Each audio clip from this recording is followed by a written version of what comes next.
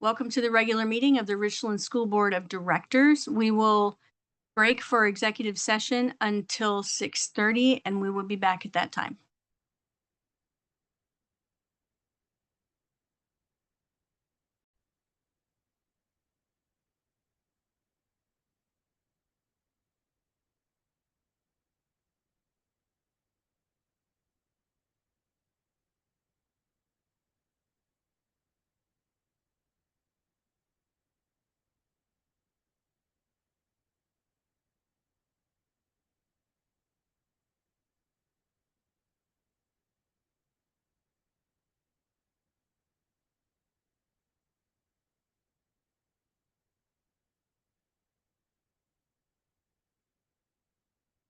I'm there for you. Is Tiffany on Zoom? Yes. Oh, okay. Sorry. I thought she was sick. Well, she is. That's why I told her she didn't even have to be on Zoom. But if she's there, I want to make sure we acknowledge her. All right. Welcome back to the regular meeting of the Richland School Board of Directors. We will start with the Pledge of Allegiance. I pledge allegiance to the flag of the United States and to the republic which stands one nation under God, indivisible, with liberty and justice for all.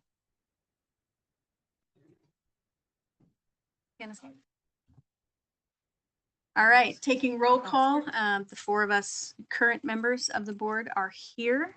Reminder to our community that application process is open right now for our fifth board position, and we will be taking applications for a few more weeks. So please get your applications in and check the website for that information.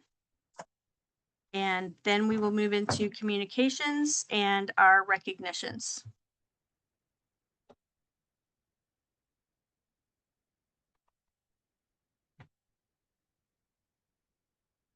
Okay, good evening. This evening, we're excited to recognize four of our outstanding high school students who have been named National Merit semifinalists in the prestigious 2026 National Merit Scholarship Program. This distinction places them among the top 1% of high school scholars who took the PSAT test, highlighting their exceptional academic achievement. Together, they represent 4 out of the 5 National Merit semifinalists from the Tri-City region, which is pretty exceptional. To become National Merit finalists and potentially receive National Merit scholarships, these students will go through a comprehensive application process and obtain recommendations from school officials. The finalists will be announced next spring of 2026. So at this time, I'm going to turn it over to high school principal Mike Johnson from Hanford High School, who's going to introduce the student from Hanford.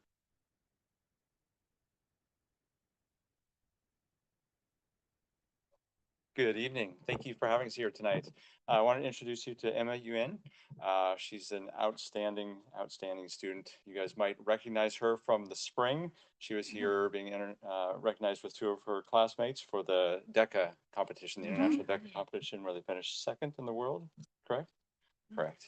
Emma's done an absolutely outstanding job. She's taking currently, I think, her 9th, 10th, 11th, and 12th AP courses, and excelling as always.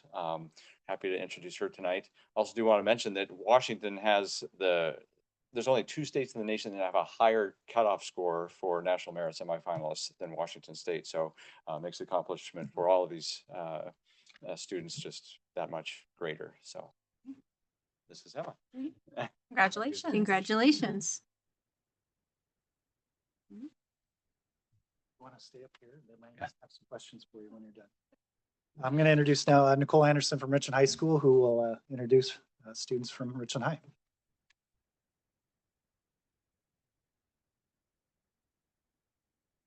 Hello, we actually have 3 from Richland High, and we're very proud of the 3 of them. One of them, before I forget, Cameron Hornell, he is playing soccer right now, so he was unable to attend. But just like I've noticed about all 3 of them is they're so active beyond just academics. Cameron is one of the semifinalists, and he is not here right now, but his tremendous achievement in all of his areas of academics have been shown. His teachers all said that he has he reflects the exceptional academic talent and hard work that he deserves for these scholarships. They also mentioned that he is a success because of the hard work he puts in and the energy he puts in. Victor, Pete Uke.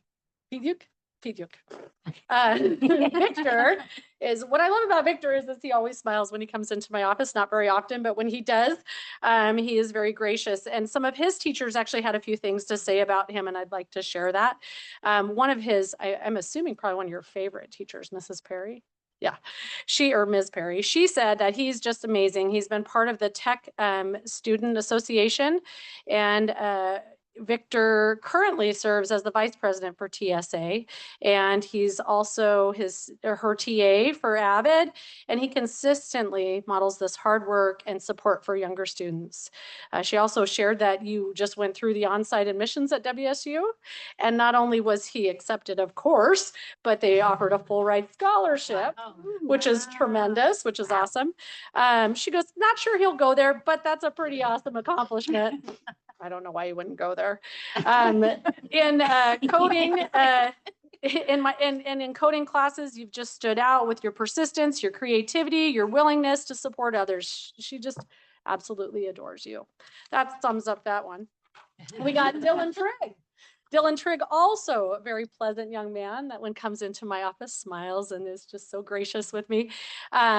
This came from your chamber choir person, along with also Mr. Larson, I believe, the two of them. So Dylan is one of the most impressive students I've ever taught in my 15 years of teaching. In our music world, he is a phenomenal musician who has played in all the top ensembles in our program. He has been a section leader in marching band since his freshman year and is our drum major currently. He also sings in chamber choir and has acted in the school musical the past 2 years. You've demonstrated absolute highest degree of character, preparation, passion, leadership, and maturity in every capacity he's known you. He's honored to have been your teacher, and we're honored to have you as a bomber. So I just want to thank you for your hard work, both of you, Dylan Trigg and Victor Pituk. Are awesome kids. So thank you. Do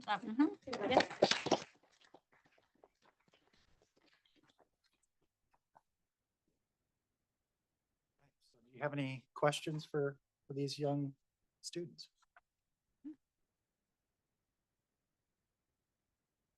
I do. Yeah, I'm just curious I'm assuming you're juniors this year? Seniors? What's your plans for next year right now? You can have multiple plans. Yeah. Graduate. You can probably, I'm pretty sure you're gonna, yeah. Anything higher than graduating?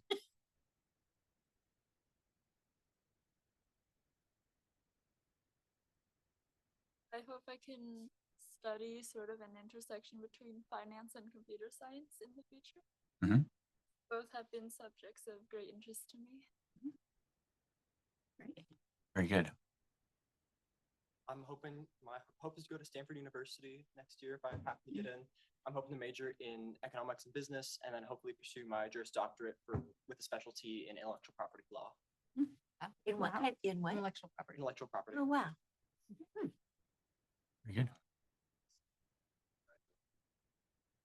At college, I'm not sure where yet. I'm applying all over, but hoping to study engineering. Very good. What kind of engineering? Some mechanical, some. Okay. All over. If you could go to any college you wanted to, where would it be? I think Stanford. Mhm. Yeah, clearly one of the best in the country. That's awesome. That's really cool. Really proud of all you guys. Yeah. Great. Congratulations. Great. Thank you.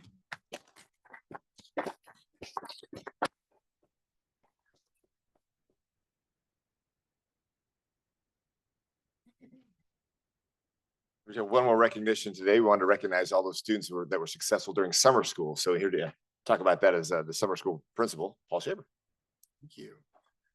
So we had a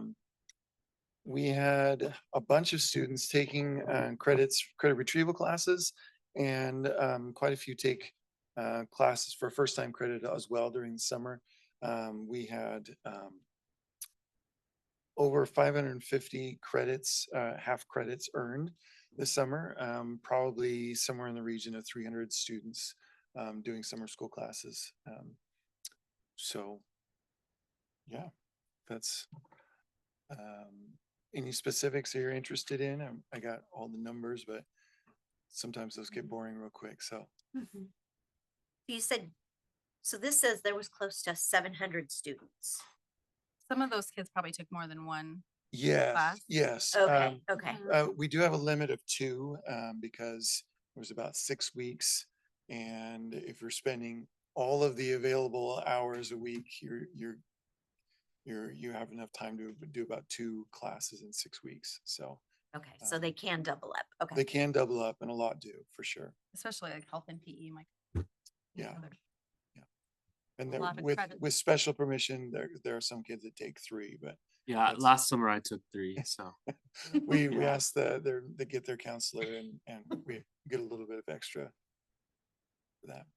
And that extra approval is based on the need for credit recovery, or It's just anybody just can based do it? on their ability to make sure that they are able to get all 3 done, so that we're not overwhelming them with Mhm. credits over the summer. So, Right. And what do we do to, so like, do each one of the schools go through and each one of the classes, like if you've got a sophomore or a junior that may need credit retrieval, or is are those kids approached to say, hey, do you want to come and take this class over the summer? Like, how do we market it to the kids? Absolutely, yeah. The students, the number one market is word of mouth, because there's a lot of 8th graders that come in and they want to take PE, they want to take health before they even get to Hanford or Richland High School. That's probably the number one group of kids that take summer school classes. But after that, it's absolutely the counselors are reaching out to students that they know need extra credits or trying to make up things. And so that's being done, and the high schools through March, April, and May. So so there's not really any criteria then? Because I know elementary wise, there's certain things for extended school year or summer school. Is that not the case for the upper level classes? We sign anyone up who's interested. There are the same prerequisite requirements. Like if you're taking geometry, you need to have passed algebra 1 first. That Right, sort but of thing. there's no prerequisite that says if you, because I know, and maybe I'm wrong with summer school for elementary. Are you thinking of this, of special education? No, I'm Oh. just talking about summer school.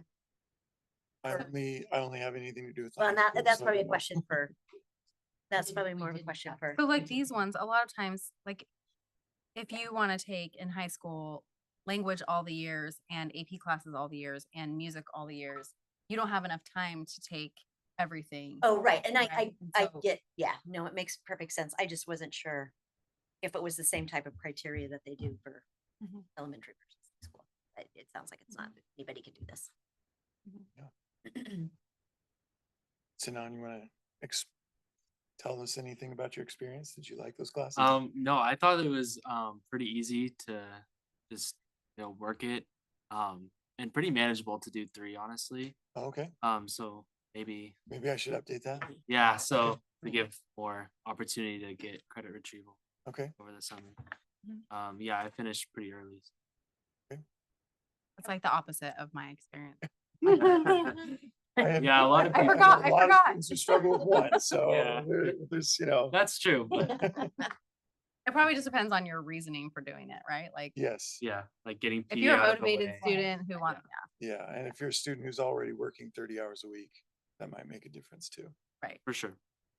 Thanks, Paul, for taking it on and managing it throughout the summer. Absolutely. Anything else? Thank you. Thank you.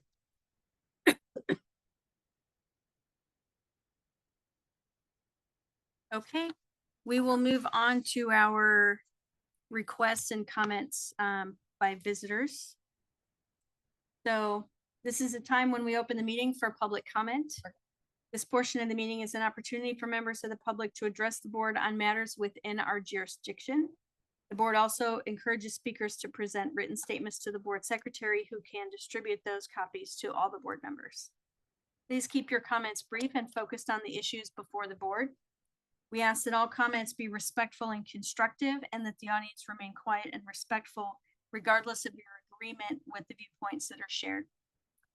The board will listen to your comments, but will not engage in a back and forth discussion except to ask clarifying questions. Please be aware that comments regarding individual staff or student situations are not appropriate during this time. If you have a concern about a specific staff member, please direct it to the superintendent or discuss it with a board member privately. We have 30 minutes set aside for public comment, and we have 2 minutes per speaker. Do our best to accommodate everyone who wishes to speak, but if we run out of time, you're welcome to send additional comments to boardfeedback@rsd.edu. Thank you for your participation. We appreciate your time and your input. Do we have any speakers signed up? Yes, we do. We have one speaker, Jackie G.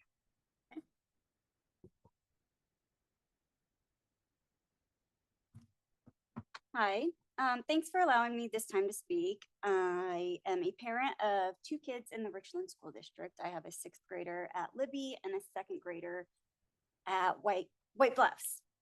And so I would like to address the issue today of the Tier 3 kids at our schools and how difficult it is for us parents and the teachers to get these kids out of the Tier 3 program and back on track.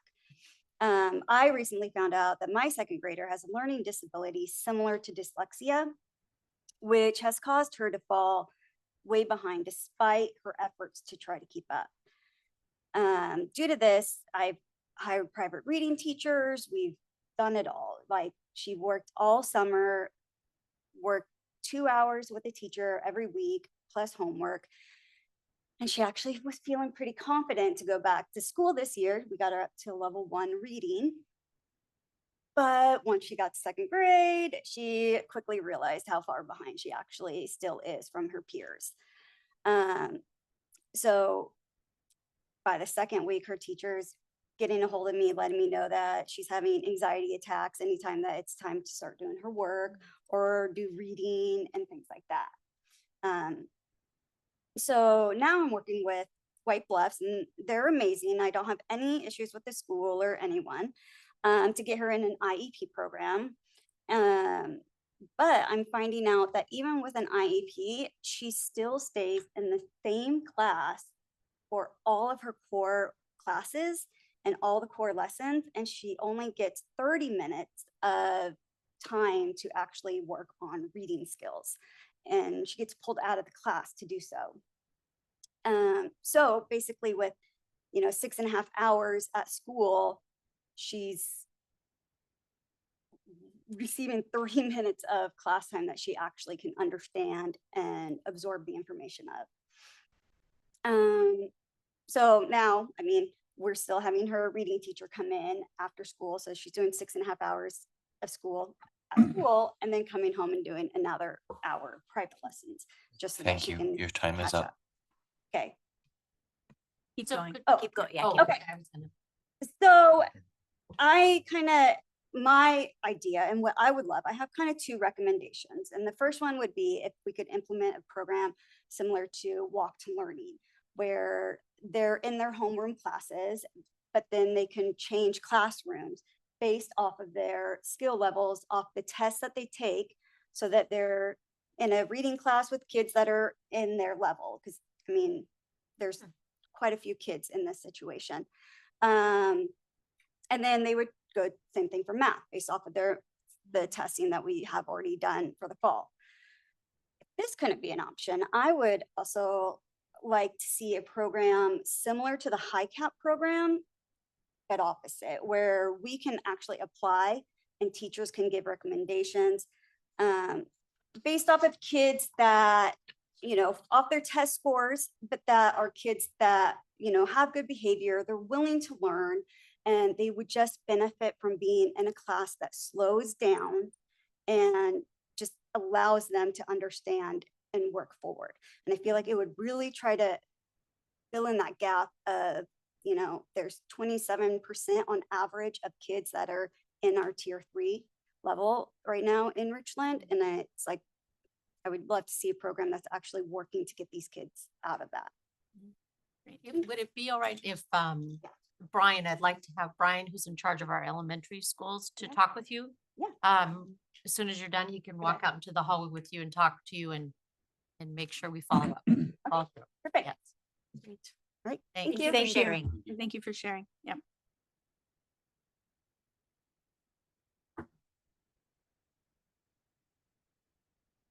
Do we have any other speakers signed up in the back? No. Nope. No Okay. online or anything? Nope, perfect. Thank you. All right, we will move into the portion of our agenda for board and student rep and superintendent report. Dr. Redinger, would you like to start?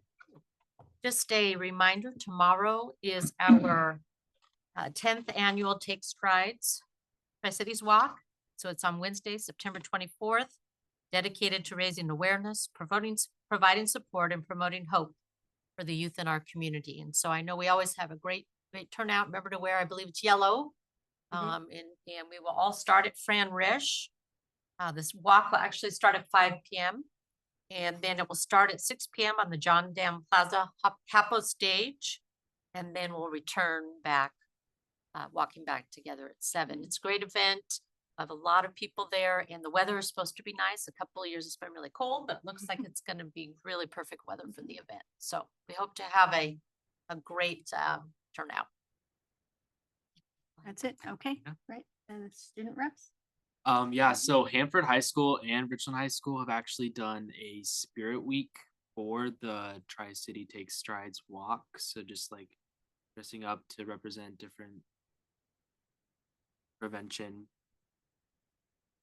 Yeah. And we're also doing a blood drive. Well, Richland High School is doing a drive this week. So that's Okay. I'm pretty sure Of next week. Next one. of next week, yes. I can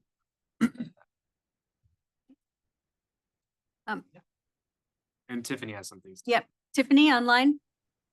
For Hanford, we're doing senior crowns next week on the Friday football game. And then we have a senior meeting on October 8th. And then girls Hanford swim is actually against Richland today. So that's fun. And then we have college and career expo next week at Hanford and Delta.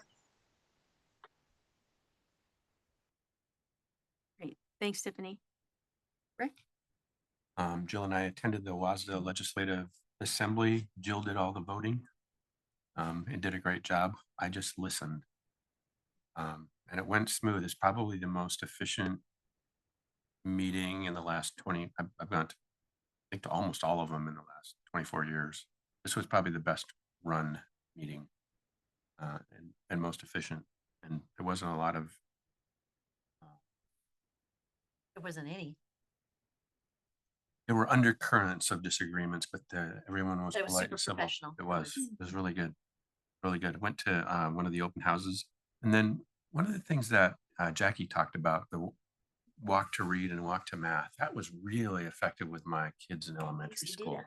I don't know why we don't do that. Some schools do. That doesn't make sense to me. I thought all of them still did, but apparently not.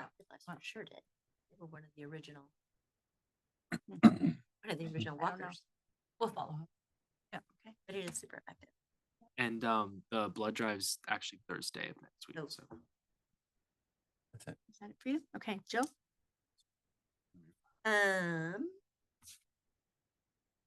Again, the WASDA thing was really good. I just want to reiterate how important it is for districts and our district to participate in those. Out of the 200, we have 257 districts. 59. 290, 295. 295. So you were both wrong.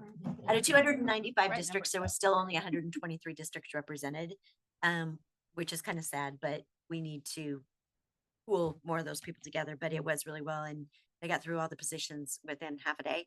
And generally, it used to be a 2-day. So they did amendments and such before they did that. So if anybody's interested, it was in the last board packet to see what those options were for each one of the school districts to use as priorities for legislative issues. Second thing, I did the Hanford High tour, which Brian set up for us, which I really liked. It's a great way for us to get an opportunity to see the schools. Shout out to Hanford. It was really nice to see what was going on there and the kids and everybody touring us. And Tiffany was one of our great tour hosts. I think Smith Yeah, was too. yes, he was, I but he was. was in my other group. Yeah, with I have to do a big shout out to the ROTC and my rope buddy, Tori, who we decided that we would try it. It was a little harder than I mean, I knew it was going to be hard because it looks really easy. And then when you do it, it's a little harder. So really good things going on over there. I want to remind everybody that the Parent Guardian Committee survey went out. I checked with BJ today. We've only had 123 responses. I really want to encourage the community, even if you haven't been involved in that, you got a Parent Square message today. Go in and fill that out because it really gives the board an opportunity to understand what the community is looking for, where we're doing things well and where we are doing things that need to be improved. The other thing is, I just want to do a shout out again on the Take Strides, the Mental Health Awareness Week. Big shout out to Chandra Markel. She has done an outstanding job in really help facilitating and getting these kids and these parents and these families to talk about it. And I want to do a huge family community shout out for the mental health summit that they did at Richland High School on Sunday afternoon. Had some great speakers, lots of kids were involved. And I just think that the more we make it normal to have these conversations and let kids know it's okay to have these conversations and talk about it and reach out for the help, we're going to see a greater impact on our youth. So a big shout out to the group that put together the Mental Health Summit, and then also all the work that Chandra and Richland High and Hanford and all the other schools have done in taking strides. I just want to make sure that we keep having the conversation, that it doesn't just stop during this week, that we continue to perpetuate that feeling of belonging and conversation and talking. Because I think sometimes a lot of the kids feel like we put a lot of emphasis on this 1 week, or when something traumatic happens at a school, and then it just sort of gets brushed over the rest of the time. So as leaders, we can help facilitate and perpetuate that open dialogue, I think, with our students. And that's all I had. Okay. Well, everybody already talked about all my things, but But you have other things to add. no, I don't. Well, let's, when I was talking to Chandra about, so my family was involved a little bit in helping put that mental health summit together, and we were working with Take Strides and Chandra, and she said the first time she had a forum for parents 10 years ago, 2 parents came, showed up to that, and we had about between 350 and 400 people who came on Sunday night. We had, I don't know, 14 different facilitators doing workshops for parents, half of them for parents and half for teens. And I got lots of good feedback about those. Some of the parent ones were saying, I wish it were longer. And the kids were like, I wish it was a little shorter. So Of course. it got a little boring after 20 minutes, but the adults were like, I needed 20 more minutes. So anyway, it was a great event, and it was a good start to the week of this week that Richland and Hanford have been doing. I don't know, does River's Edge do spirit weeks and stuff like that? So there you go. We don't hear as much about them, but tomorrow is the Take Strides walk, and I know that there's a lot of River's Edge students I've seen there before that show up for that too, and students from all over the Tri-Cities that come to walk together to take strides to, idea is take strides to end suicide. But it has been a whole month of September being a suicide prevention and awareness month. And I think, like Jill said, the more we can talk about it, and even, suicide is kind of drastic, but I think a lot of teens that I have been talking to are like, I didn't even really realize how much burden of mental burden I had going on until I started talking about it and realizing like, oh, that's called anxiety, or, that's the start of depression or whatever. I just thought I was feeling a little bit sad or a little bit tired or whatever. And I think the more we can help each other be okay to talk about that kind of stuff, the better off we can support each other in all those things. So, I forgot to go to the Hanford tour. Sorry, got distracted that morning and just. But I do love those tours, so I'm excited to go to the rest. And maybe someday I'll just pop by Hanford and have my own tour. I'm sure someone can work that out for me. Yep, Right. That it? Yeah. Yeah. Okay. Thanks. I just said a few things. I think, these events are great to get the kids talking about it. It's also good to get the parents talking about it as well. Speaking as a parent who's had to go through some of that with my kids, it's really helpful to know that you're not alone and to talk to the other parents and the counselors who've had to go through it so that you understand how to manage that within your family and with your kids. So encourage you to participate, meet people, talk about it because you are not alone. And it is super hard. So, so yes, that's a great event tomorrow and all the events that are managed. I also went on the Hanford tour. Great to see the broadcasting classes, the woodworking classes, the ROTC stuff we talked about, all these awesome activities that are not funded by our state and that we provide with the levy dollars provided by our community. So just want to shout out the great programs they have there are provided by the community, and we hope to continue those programs with continued levy support. And hope to not put any of those in jeopardy if we can't pass the levy next year. So we will be talking about those resolutions tonight as well. Also, just to build on what Jill said about the Parent Guardian Advisory Committee, one of the questions in there is looking for facilitators and secretaries. If we don't have a lot of interest and we don't have a lot of volunteers, then there's not going to be a lot of push for us to keep it going. We really want to keep it going because we have great dialogue. So please fill out the survey. Please talk to your friends, get some facilitators so that we can keep that really valuable venue going for the feedback that we get. And again, if you're interested to serve on the board, we are still taking applications. We will be reviewing applications during our October 14th board meeting.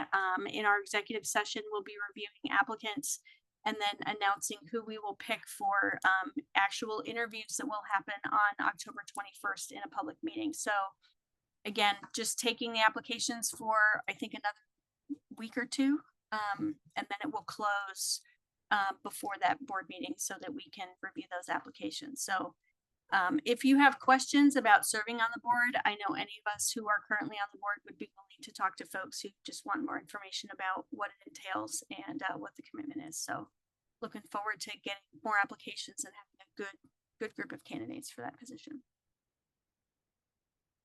Okay. All right. We will move into the business portion of our meeting and we'll start with our performance audit update by Dr. Redinger. So just a couple of things I wanted to highlight. Kelly Lacey is taking the main role in any type of our inspections. And she will be attending a health and safety conference that's put on by the Benton Franklin Health District on October 16th. She does a good job of keeping us all up to date and in compliance. I did want to also do a shout out. She is helping us get flu shot clinics. Apparently it's going to be a really rough flu season. And so we're encouraging anyone that can get a shot where we're going to try to make that as easy as possible for everyone. So those are planned for October. We'll get the exact dates out. We'll have community hours as well. So community they'll be open to the community as well. And then we also plan to have Tdap shots and others available by the pharmacists that we're partnering with. So thank you for our community partners. And then we're preparing this year for indoor air quality in all of our elementary schools. So that will be a focus, not that there's been a complaint or anything, but that's just it's our turn to have them just everything checked out, which is really good, especially with the climate that we have, just to make sure that our indoor air quality is at the level it needs to be. The inspection portion will also be accompanied by an educational component to help us for any updates or changes to the air quality. So more to come on that. So yeah, it's Kelly Lacey. I can't say enough good things about her taking the leadership role to make sure we're in compliance. So for the vaccine clinics, are those free or do folks bring their insurance Bring cards your with them? insurance card. Yep. Okay, all right. Yep. You want- So you're providing a service that would be similar to what a pharmacy would provide. Just the whole idea is convenience for our staff Right, okay. and flexible hours. Is it planned to be at TLAC? We're looking at sites throughout the district, so So more than one? yeah. Okay. I'll make sure, I'll work with Kelly to see when we can get that, all the information out. I think it is bad flu already. That It is a bad I- flu year already, yes. And the indoor air quality thing, I will say, when air quality is really bad outside, it is sometimes worse inside because of the recirculation of air. So it's something that we should pay attention to. Very much so, yes, and especially with all the smoke, which we Mhm. know that's becoming more and more common every fall. Right. Just to make sure we have the systems in place to keep a healthy indoor environment. And you probably don't know the answer to this, but do you know, do we have air scrubbers in our air quality for the elementary schools? Ken might know this. It's the thing that will keep, it keeps people healthier because it filters We'll out the check. Kelly will viruses know. and the. Yeah, Mm. let's see. Or does Brad know? Yeah, Brad probably Does knows. Brad know? In the buildings, we do not. All of our systems as engineered and designed. That's considered approved. What do you want to call it? Use them. Do that. Rating now. So, and they are engineered to be at a rate. Be about 50%.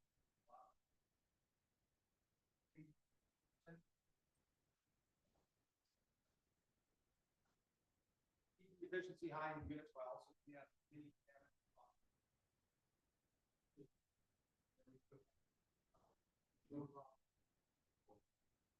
Okay, so more to come on that. I'll report Yeah. back. Hopefully it doesn't happen on a smoky day. And that's all I have. Okay, great. Any questions for Dr. Redinger on that? No? Okay, then we'll move on to our fiscal update.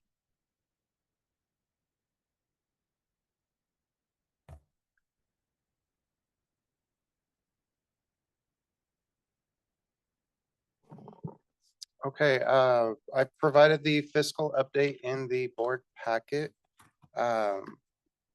Trying something new this year.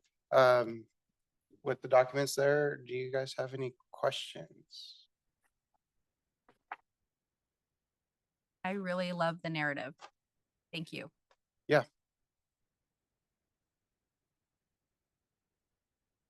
Questions?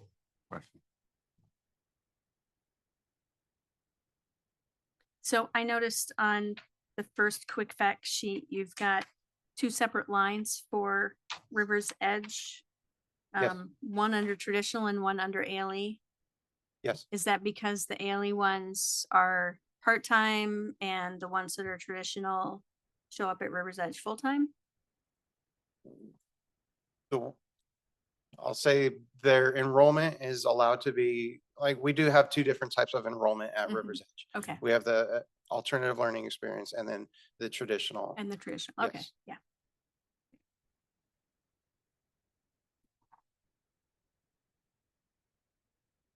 And it's in those two areas because of how I've categorized them. Mhm. They're primarily viewed as that Mhm. ALE, and so that's why I keep them in that, but. Right, yeah, no, I thought it probably was, yeah.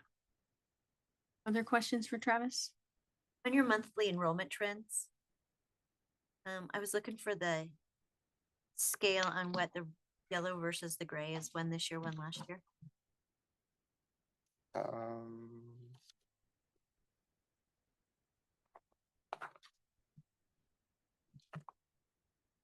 So can you clarify your question? So when you go to page, I don't know what page it is. I'm on there. Okay, one line's yellow, one line's gray. Yeah.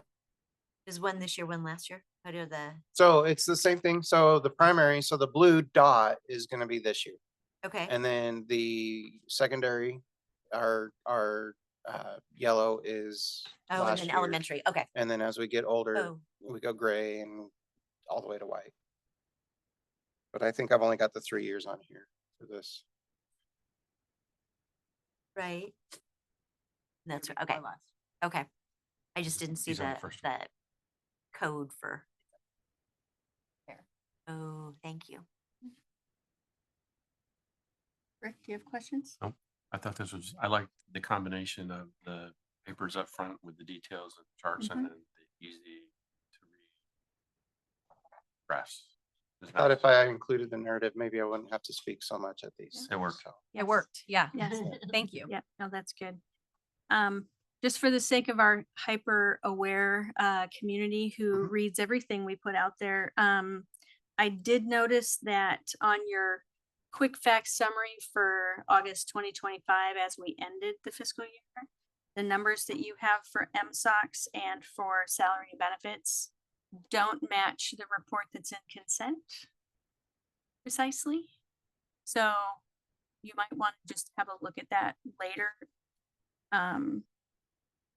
On page 116, oh, there's a sum total for salary and benefits that's like 198 million, so if you're looking at 10,095. the budget status report as the Right. comparison, that's going to be because these are preliminary numbers. Mhm. And so when we present the budget status in August, and as I'm going through putting together the board packet, August is going to do that. So all the other months, we don't have as much accrual activity.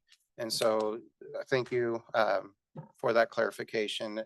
Those numbers are going to be different. And then we're planning, I think right now, the first meeting in December, we'll be able to actually show truly how Where we it finished lands. August. Okay, yes. great. Yeah, I just wanted to clarify that because I know we have members of the community who read every single bit Yep. of it and they'll see that the numbers don't match. So Yep. Thank you. I That's figured that exactly that's why. probably where it was. Yep. Yeah, yeah. Other questions for Travis? I have one more, or one, I guess. On the quick facts sheet, it shows expenditures to revenue at 99.31%. Has that changed since our enrollment changed? Are you concerned?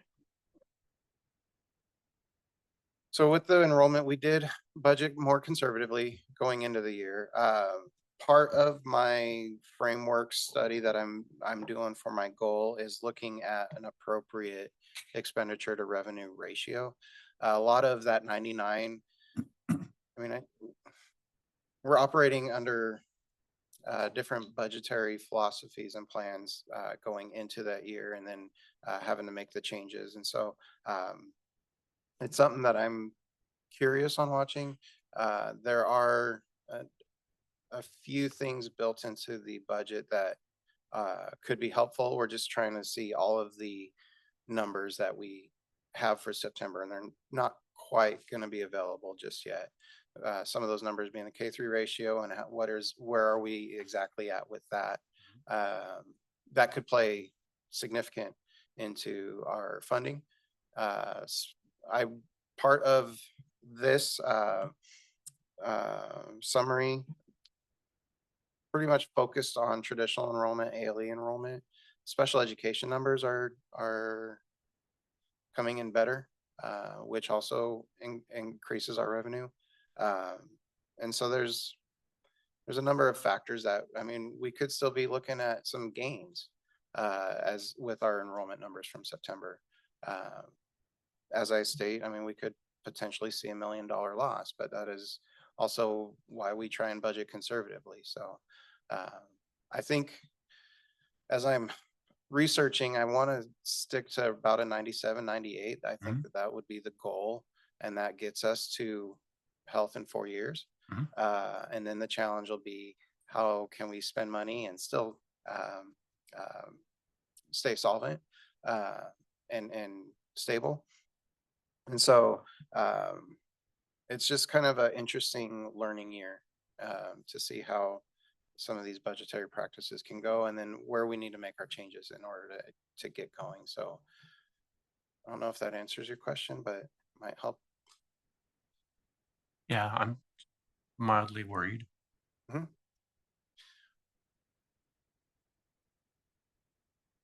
Yeah, I think it's right to be worried. I think the way, or I'm going to say cautious is the better word. We're just, right now, we still have a lot of information that again, we just don't have all the pieces to tell us. So just being very cautious. And we've been communicating that with the district. And so everybody's aware where we're at, and just being cautious at the moment. Yeah. September is a really hard month. I was telling Cynthia, it's kind of a black hole month where you just don't know all the pieces because fiscal year changes. And so even coming up with the trends, a lot of times that first month, it can be so wild that making your projections are really, really difficult to do. And so it's just utilizing all the tools that and experiences that to draw upon. Right now, I think cautious is the best term. And to be fair, if we have higher numbers of special education needs, it increases revenue, but it's not fully funded. So it actually costs us money at the end of the day. Sure. We get more money, but it costs more than what we get. Yes, it costs more than what we get. Mhm. Yep. Okay. Other Also, questions? Go ahead. I don't have a question. I just think that these program and department notes at the end are so helpful. If anyone in the community wants to understand better the difference of like money that comes in and money that goes out and where the shortfalls are that levies need to cover, it's in here so clearly and helpfully. So I appreciate you taking the time to do that. Super helpful. Did we get our pill payment? I've not seen the report. We've been contacting the county to try and see if that's come in. We did not get it in August. Didn't they have until September 15th? Right. And I don't know that we haven't contacted them to see if it's come in. But they're usually pretty good about sending it or letting us know as soon as they get it, aren't they? Usually we just see it on the treasurer report. They don't send us I take that back. I think they do send us a email. I need to look into that one. Okay, because that's Significant. a significant amount of money. Yeah, so will you double check and let me know so I can start rattling some cages again? Now I see why we've rattled. Other questions on this? Nope. Okay, let's move on to the resolution. 994. Okay, so we've been discussing our expiring education programs and operations levy. I'm presenting this resolution. This resolution I think is good as is.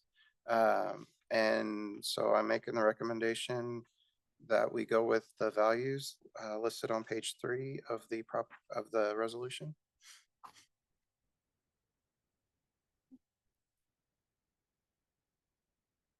I have a question on this.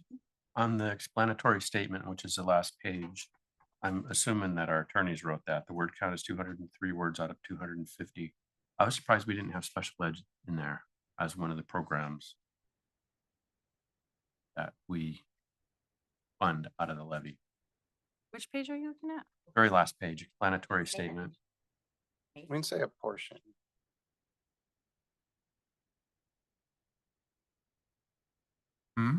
If you want, we can include that. And We still have words, and I don't know how But- many people read these closely, but Sure, and well, in the we can make adjustments to the explanatory statement. That's not part of the resolution, and so Okay. we can make that known, have that discussion, and still include that. That I believe goes in as part of the packet, the voters' information. So yeah, Yes. I can include that if we want to. Oh, where it says And we do get we are allowed to use a percentage.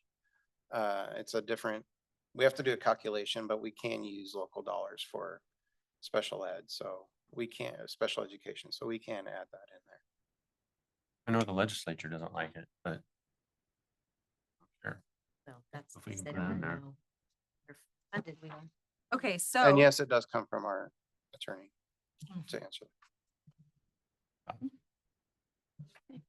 So questions? are we making a motion? So we're gonna add special education to the explanatory statement. But that's not part of That's the not part of the resolution. It's not part of the resolution. Yeah, and right. I would ask the attorneys to Mhm. evaluate that. To make sure. To make Okay. sure it's the. And for the resolution, I think we talked about updating the dates on that because what was in the packet was dated incorrectly. And do we have, It's already online. It's so, okay, all right. Correct date, okay. There are no more questions?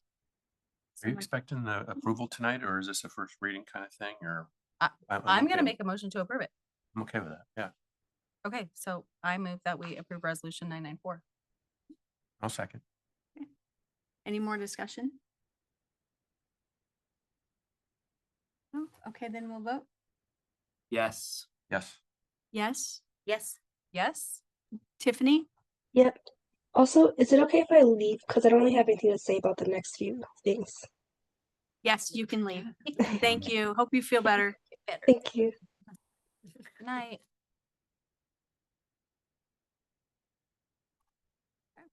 Okay. Then we'll move on to resolution 995.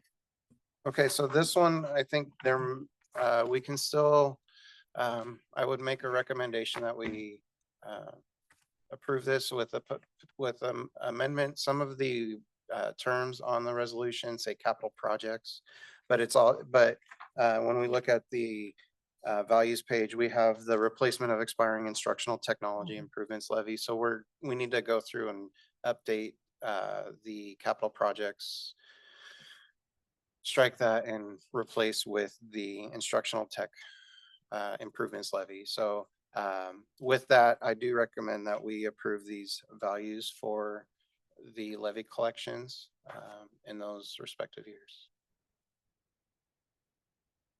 Any other questions or discussion? So I read the same thing. What shows up on the ballot is going to say instructional technology improvements levy.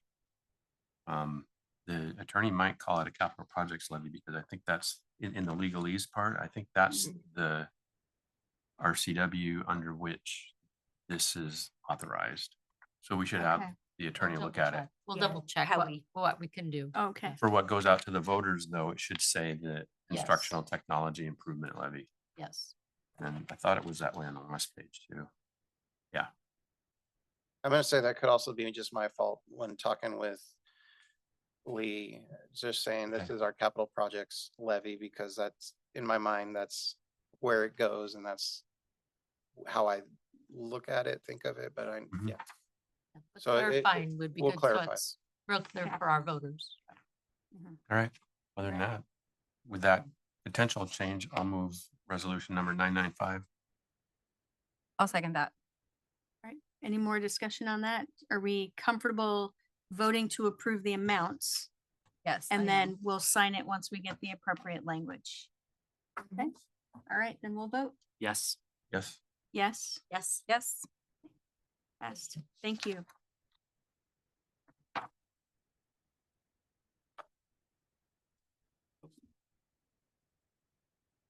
All right, then we will move into our academic goals discussion with Brian. Thank you. I'd like to present a draft of our proposed academic goals for the year. About a month ago, we had a retreat with the board to talk about some of the priorities and some of the things that were important to this group, and also some frank discussions among our team about what we can realistically do and want to make sure that we're able to do a good job of, and narrow it down to a few focus areas and then some additional projects that we can report on by the end of the year to show meaningful progress in those two areas. So I prepared just a brief kind of overview statement to talk about the goals and those two projects, and then we'll open it up for questions from there. So the draft goals are framed around an MTSS framework, so a multi-tiered system of supports framework. MTSS is a statewide framework that aligns academics, behavior, and social emotional learning into one system, ensuring equity and coherence at every level. So the intent is to really align all of the work that's going on in the entire district with this framework so that we're all moving in the same direction and speaking the same language and working towards the same goals. So the three academic goals that we have for 25-26 are to strengthen tier one instruction. We're going to raise the number of students making typical growth in literacy and math by 3 percentage points by June of 2026. Strong core instruction is the foundation for success. Goal number 2 is to reduce equity gaps. K-12, we want to reduce reading gaps for students that are English learners and receive special education services. We will increase WIDA progress and raise 9th grade on track to 75%. And then goal 3 is to improve attendance and engagement. We're looking to reduce chronic absenteeism by 5 percentage points through universal strategies and targeted support. So those are the MTSS framework goals for the year. It's in greater detail in the packet, and a lot of that work is still yet to be done. Well, that's the work that is needing to be done throughout the year.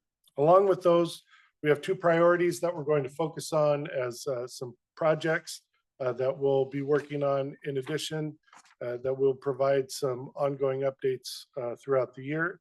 The first is around highly capable services. We're partnering with Whitworth University to renew and strengthen K-5 high cap programs, ensuring advanced learners are challenged and rigor rises for all students. The second one is an asynchronous learning pilot. We'll be launching flexible credit-bearing high school courses to support seniors with credit needs and expand graduation pathways. So those are the 2 project areas that have some more detail in your packet that you received as well. So together, these goals strengthen tier 1 instruction, close opportunity gaps, improve attendance, and expand options for success, ensuring every student is ready for their future. So kind of an overview of what the academic goals look like and how they've been framed out. The more detailed information is in your packet, but if you have questions, I'd take them at this time. Questions? They don't, I do. You can start now. Okay. So on the goals at the beginning, MTSS goals. Okay. Maybe I printed the wrong thing. I printed what you sent me by email a couple days ago. But I think it's a board packet. It doesn't have where we are now. So for example, we want to increase 9th grade on track to graduate to 75%. What is it now? Yeah, we're still waiting on that finalized data to come in. So once that, and that should be in, I don't know, in the next couple weeks, I would hope. It comes from the state. So once we have that, we can have a clear starting point and an ending point there. Okay. And for goal 2, also reducing equity gaps. So we're talking about 3% for goal 1 for all students, I think. So then for the equity gap, are we trying to boost those kids by another 3% or what? Yes, I mean, I think that's a good question. I think that we're trying to close that gap. So if we're trying to raise everybody by a certain percentage, then we will close that gap. We'll have the additional increase by those two categories in special education and English learners. That's the goal to do. Yeah. Yeah. On goal 3, the last bullet, reducing incidents of harassment, intimidation, bullying by updating policies and procedures. Are we going to track any metrics on that? I know we track those. Yeah, Is there there- are, and we certainly can. So for example, we have through the policy that we're going to take a look at here in a minute, we'll pass that hopefully.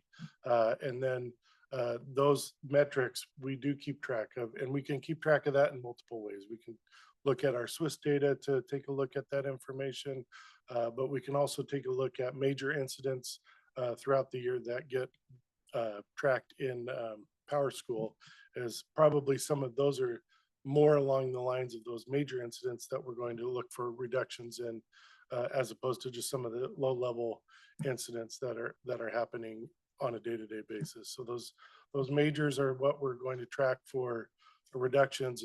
And the reason why we put that in the attendance section is that we believe the through line is that if we reduce those number of harassment, intimidation, and bullying incidents, more students will come to school as a result of that. Yeah. Yep, that's true. And then the other part with the chronic absenteeism rate, I think we need to be careful. We just said it's potentially a big flu year. We need to find out why they're not there. Sure. Rather than just, hey, you missed 10 days. We're gonna Becca. Yeah. we're gonna Becca you or whatever. And I think some of the strategies that are in place, we heard a little bit on the Hanford tour. We have administrators and counselors going to homes doing visits and talking to families and finding out why they aren't coming to school. Those are parts of really what that strategy is. So it's not just a student has missed 10% of the year, but and seeing that number on a page, it's interviewing the family, interviewing the student, finding out what the barrier is to getting to school. If the student truly is sick, yeah, we don't want to invite him back into campus and have them infect the rest of the school and cause more absenteeism. So it really is finding out what those reasons are and what the root cause of the absence is, and utilizing the staff that we have in place and training them in order to make some of those interventions along the way.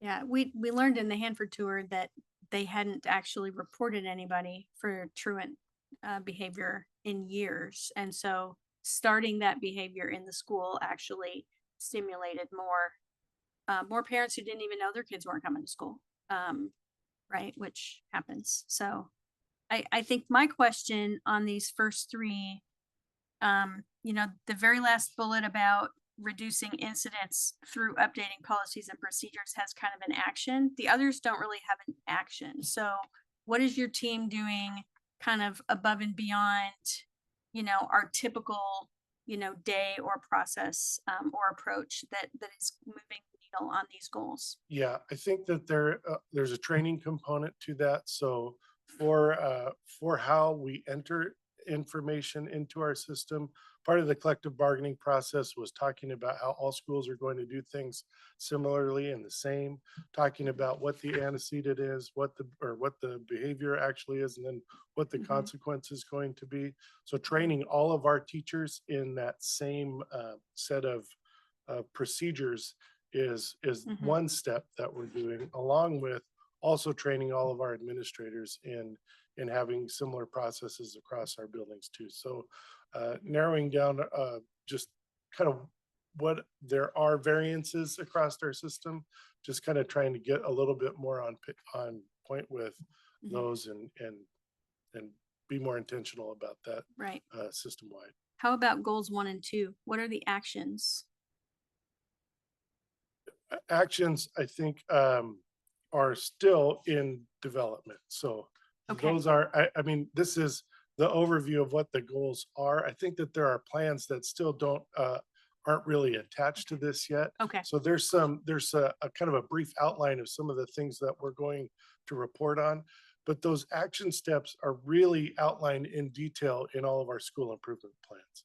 So that was the intent behind making these goals around tier 1, tier 2, and tier 3 instruction, around closing achievement gaps, because that's what each of the school improvement plans have been written around with those themes. Those things aren't exactly carbon copies from building to building to building.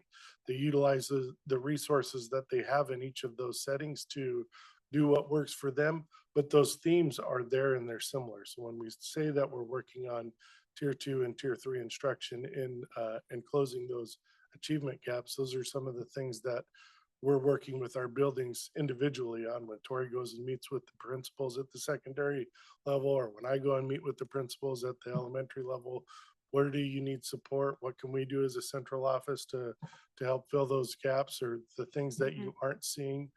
Providing training opportunities for our leaders to go get some training on any of these interventions that are necessary. So we're really working those action steps. I think are really explicit in those school improvement plans, and we're here at the central office supporting those. Yeah. I think from my perspective, just Yeah. having read those for the last meetings and not remembering all of them, I think what's maybe not as clear to me because I'm not in education is how that's different than what we do every day, right? So really understanding, I know each school has their own need and their own goal and their own approach, but do we have the best practices that work at one school that we migrate into another school that we can, kind of create more consistency and lift all boats as opposed to each school has their own goals and they go in their corner and they do their great things, but they do it very separately. Yeah, I think that's why we've adopted this idea of multi-tiered systems of supports, that MTSS framework, so that we can better monitor if we're making progress or not in those areas. I don't think that in terms of establishing a system, it hasn't been established yet. We have to take some steps to strengthen tier one core instruction. That's been the focus for a number of years, but those intervention pieces are things that need to be built and established system wide. And Okay. with the resources that we have at our disposal to be able to do that, that's some of the work that still needs to be done. Great. Jill? Some of the questions that Rick had asked, my question is, this is the overarching goal for the district, right? This is where we all want people to come together and get on the same boat and go down the river the same direction. So with these goals and the principals at their schools going through and putting together their school improvement plans, will we see plans in each department in the TLAC building that helps support and facilitate these goals on a district level? So for instance, the proficiency in the ELA and math, will we put together as our district office? Because the way I see the district office is we offer support to the people out in the field. So rather than, giving them this project and saying, here, go forth and conquer, do we have the groundwork, the systems outlaid to what our expectations are for what them to finish by laying that out for them? Because, and that kind of goes with the last goal too. And I asked about the asynchronous learning. We have pretty aggressive timelines on that. Yeah. And that worries me a little bit Yeah. from the standpoint that we don't really know what the training looks like. I don't know if that gets set up from teaching and learning. I don't know. I just want to make sure that we are offering the support from the district level to the field people in order to make sure that this can be successful and that we have those systems in place that encourage everybody to be successful. We're building the systems, and I think that's going to take time. So that is what that MTSS system, that's, I know it says 25-26 academic year. It's going to be longer than the 25-26 academic year to get that system in place and just running like a well-oiled machine. The other two goals are things that we think by the end of the year, we're going to have significant progress on and be able to report out on those and have the supports built in and the plans a little bit more laid out that are explicit in those regards. That's why those timelines are built in there. The asynchronous, the aggressiveness around that is that there's some plans in place to take some of the existing work that is already there and expand that for a pilot in the second semester. So some of that work has already been done. It's just a matter of increasing access to more students in that regard. The training to the teachers that are then going to take on additional courses, that's part of the work that we'll need to do to establish how that gets rolled out future forward. Establish how that works. And like when we look at, the special education, reducing that gap, I'm guessing that special education will put together their own plan that then goes out to help support ELL, same thing, the WIDA, all that. I'm guessing there will be a hierarchy and then which allows them to take that information in. Yeah, and we'll work through that within each of those departments with special education, with our ELL department and build those things out. And I just am asking that question because I want to make sure we don't missed that piece because I think sometimes in the past when we put things together, we've sort of missed that connection piece. Yeah, and again, I guess I want to go back to reiterating that we're trying to narrow the focus and not make it about a lot of different things. Yes. We want to make it about a few things and do those things really well. Perfect. So when the parent that came up to the podium that I spoke to out in the hallway is concerned about tier 3 services for their daughter, we can take a look at those tier 3 services this year and have a plan and be able to address that in a meaningful way. If we're spread too thin, then we'll miss the boat. It will just be words on Just stay paper and level we or- just don't do yeah. it. So our intent here is to be really meaningful and intentional about the work that's going to be done and show measurable progress. And that's why I think this is so important because a lot of our goals last year, we didn't necessarily go in the direction we had anticipated going. So my guess is we will start this goal process from where we are now, not Correct. from what our goal was going forward. Yeah. And then really sit down and evaluate what we were doing, what changes we need to make in the way that we were doing things that created those numbers to go not in the trajectory that we hoped. Yep. So, yeah, okay, same page. Perfect, great. Thank you, Brian. I think these are great. I appreciate aggressive timelines. Thank you. And I think I love saying like, we're just going to do a couple courses and, get started and do that great rather than saying we're going to not roll it out until we have 27 courses ready. Right. I think that's great. So I think these all seem like really well thought out, goals that we can work on in slightly different ways at every, in each little community. And I appreciate this report. It looks great. I love it.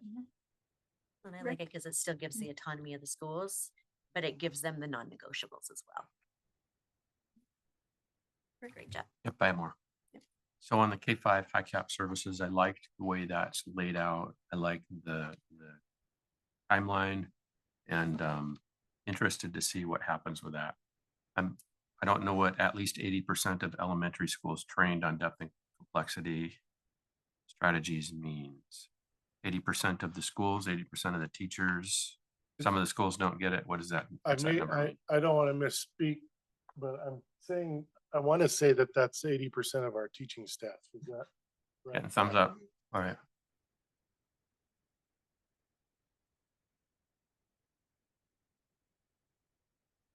I just wondered if 20% of the schools wasn't going to get trained. Don't say that kind of stuff out loud. And then on the asynchronous learning, I like this also, the bite size piece. A couple questions. Why isn't Three Rivers Homelink part of the stakeholders and lead on this? Because I know they do this work. Yeah, they are. So we haven't convened that group yet, so we can certainly include them in that work. I think that's important. And this is good for the pilot. If we're going to expand this next year, this pilot has to have maybe over the spring, but before we do whatever magic high schools do on scheduling, I think that needs to be added in there if we're going to expand this for next year into other courses.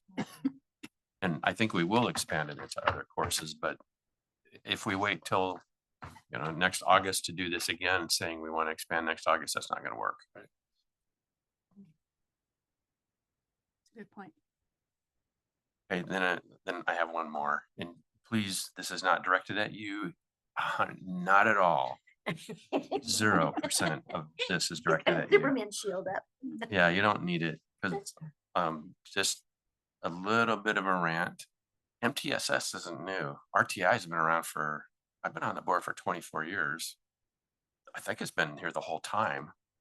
And I think the board is asking you to do things that you are going to diligently work on. And next year, we're going to say MTSS isn't all the way implemented and we need work to do on our RTI.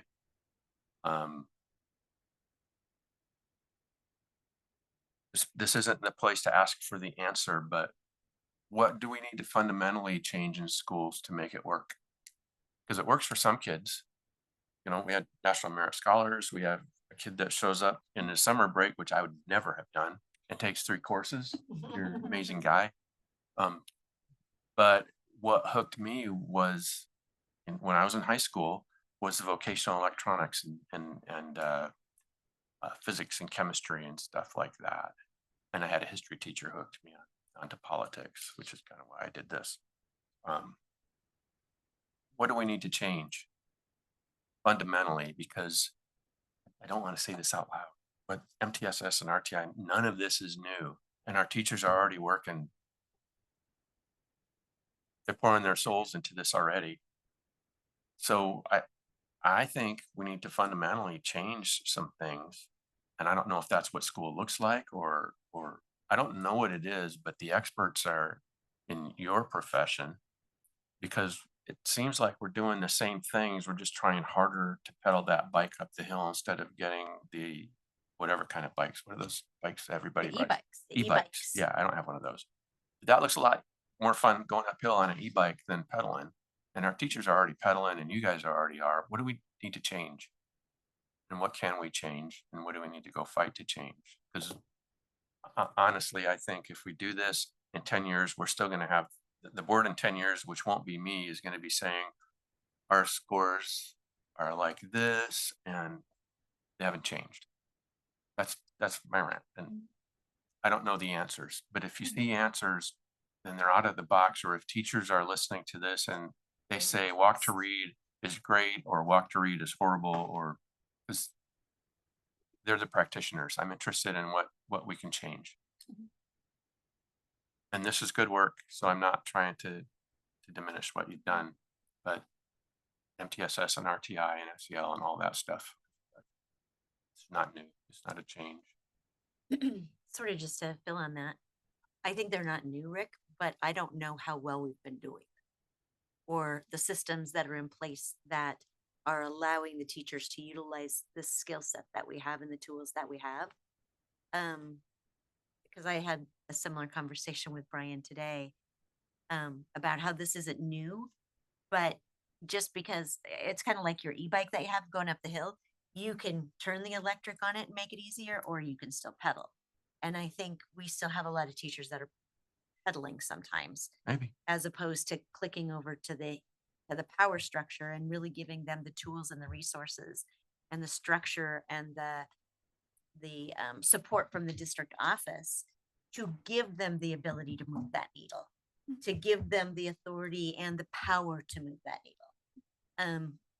Because I had a very similar thing. It's like, this is, I mean, it's nothing's new. But you know what is new? Everything else. Like yes. kids are different. Like technology is changing. Like we're still doing what we used to do with kids that used to learn differently. I don't know. I mean, I just think like the system, the MTSS has been around, but nothing else is the same as it was when I went to school here. You know, nothing else is the same. It's not even the same as when my kids went to school here, and it wasn't that long ago. the scores are flat. Yeah, I mean, I think what you're hearing is we all recognize we can set goals and we can try to attain them. But if we do business as usual, we're not going to attain them, right? Yes. So what we're asking you for is how we can help you in figuring out how your team supports our schools to move the needle and what that looks like. Because we know moving the needle is going to mean change of some kind. And I think the other thing we need to look at too, what does it mean to move the needle? I was going to say that too. I do not necessarily put a lot of credence in test scores. In fact, I put very little credence in test scores. I think it is a single point of where a kid might be during the day when they take that test. iReady's a little bit different because it tests knowledge and repeatability and actual knowledge. But if we're gonna continue to keep our bar based on test scores, which across the nation and across all over is obviously not measuring what our kids are doing, because most districts are 50% or below on what those standards are.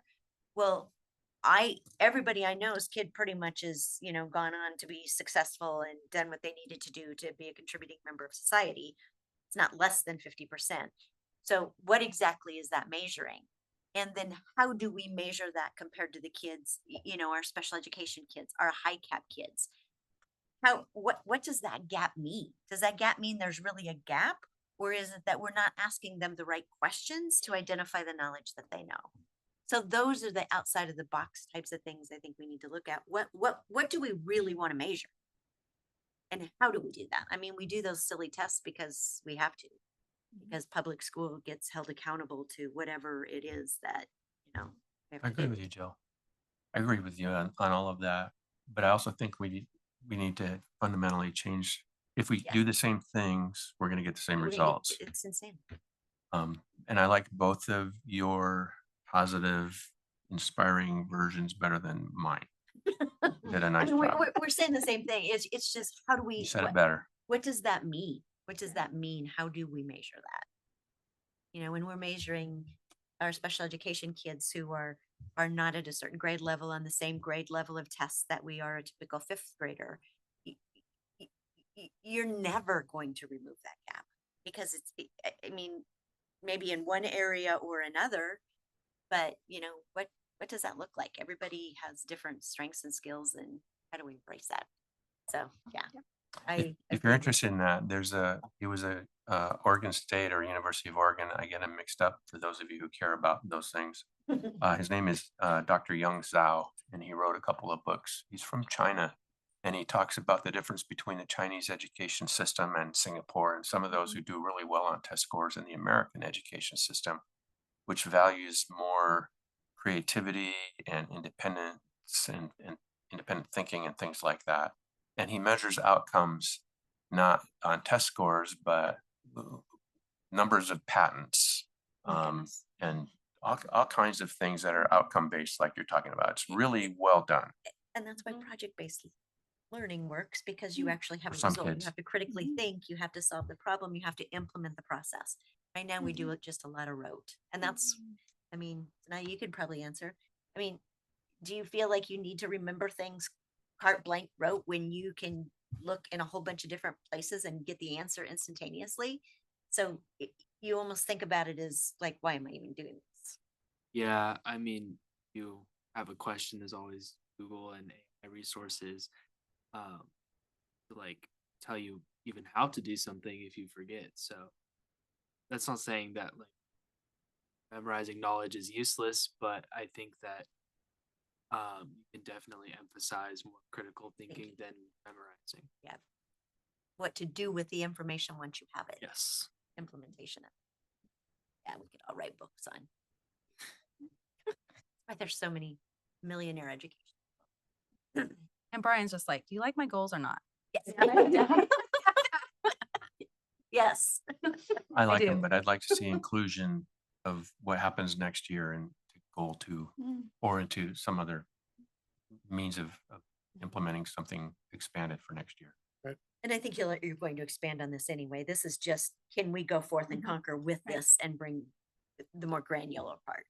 I think this is an awesome start, and I just want to know what can we do to help you and the teachers and everybody get it done, what they want. I've had some interesting conversations with Katrina lately about how we support this through policy. And so when we bring policies forward, make sure that it is supportive of the work that we're trying to do. I think that's one thing that the board can do, is this, be mindful of the policies that we bring forward and pass those to be supportive of this work and of an MTSS framework. What does that mean? What are the, when we ask for those systems to be supported, that you give us your support to go out and implement that work and help us celebrate that along the way. I think celebrating that when the teachers are doing the hard work and they're in the trenches, and it's not always easy, and if we can celebrate that along the way, I think that is really, really helpful and significant as well.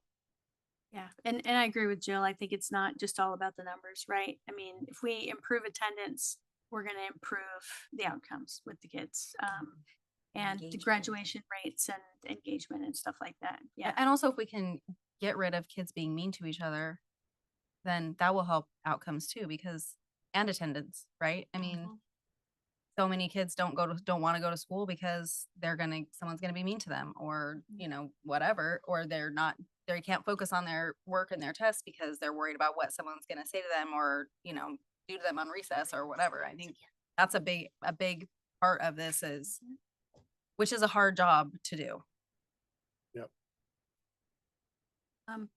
The last thing I'll just mention with regards to the high cap goal, I think that the measures are good.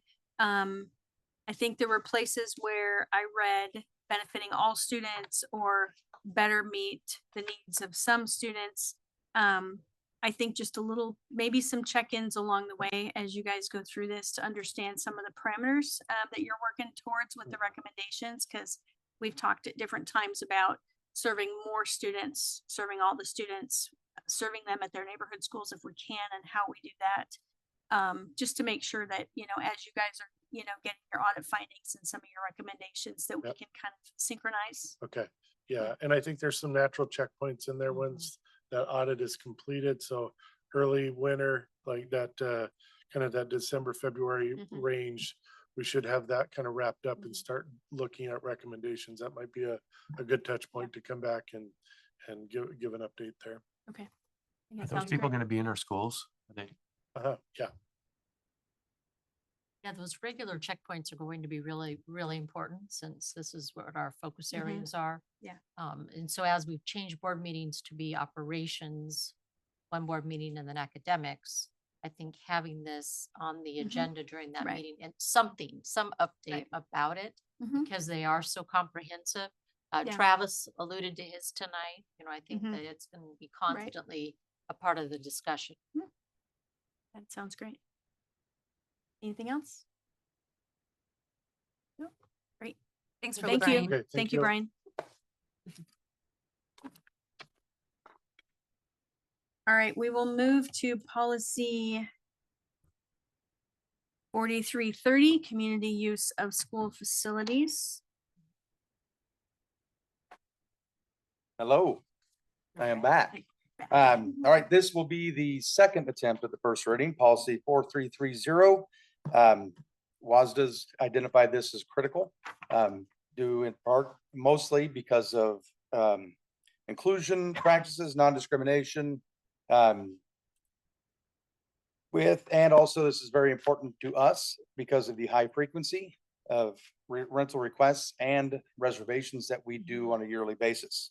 So the changes that you recommended have been made.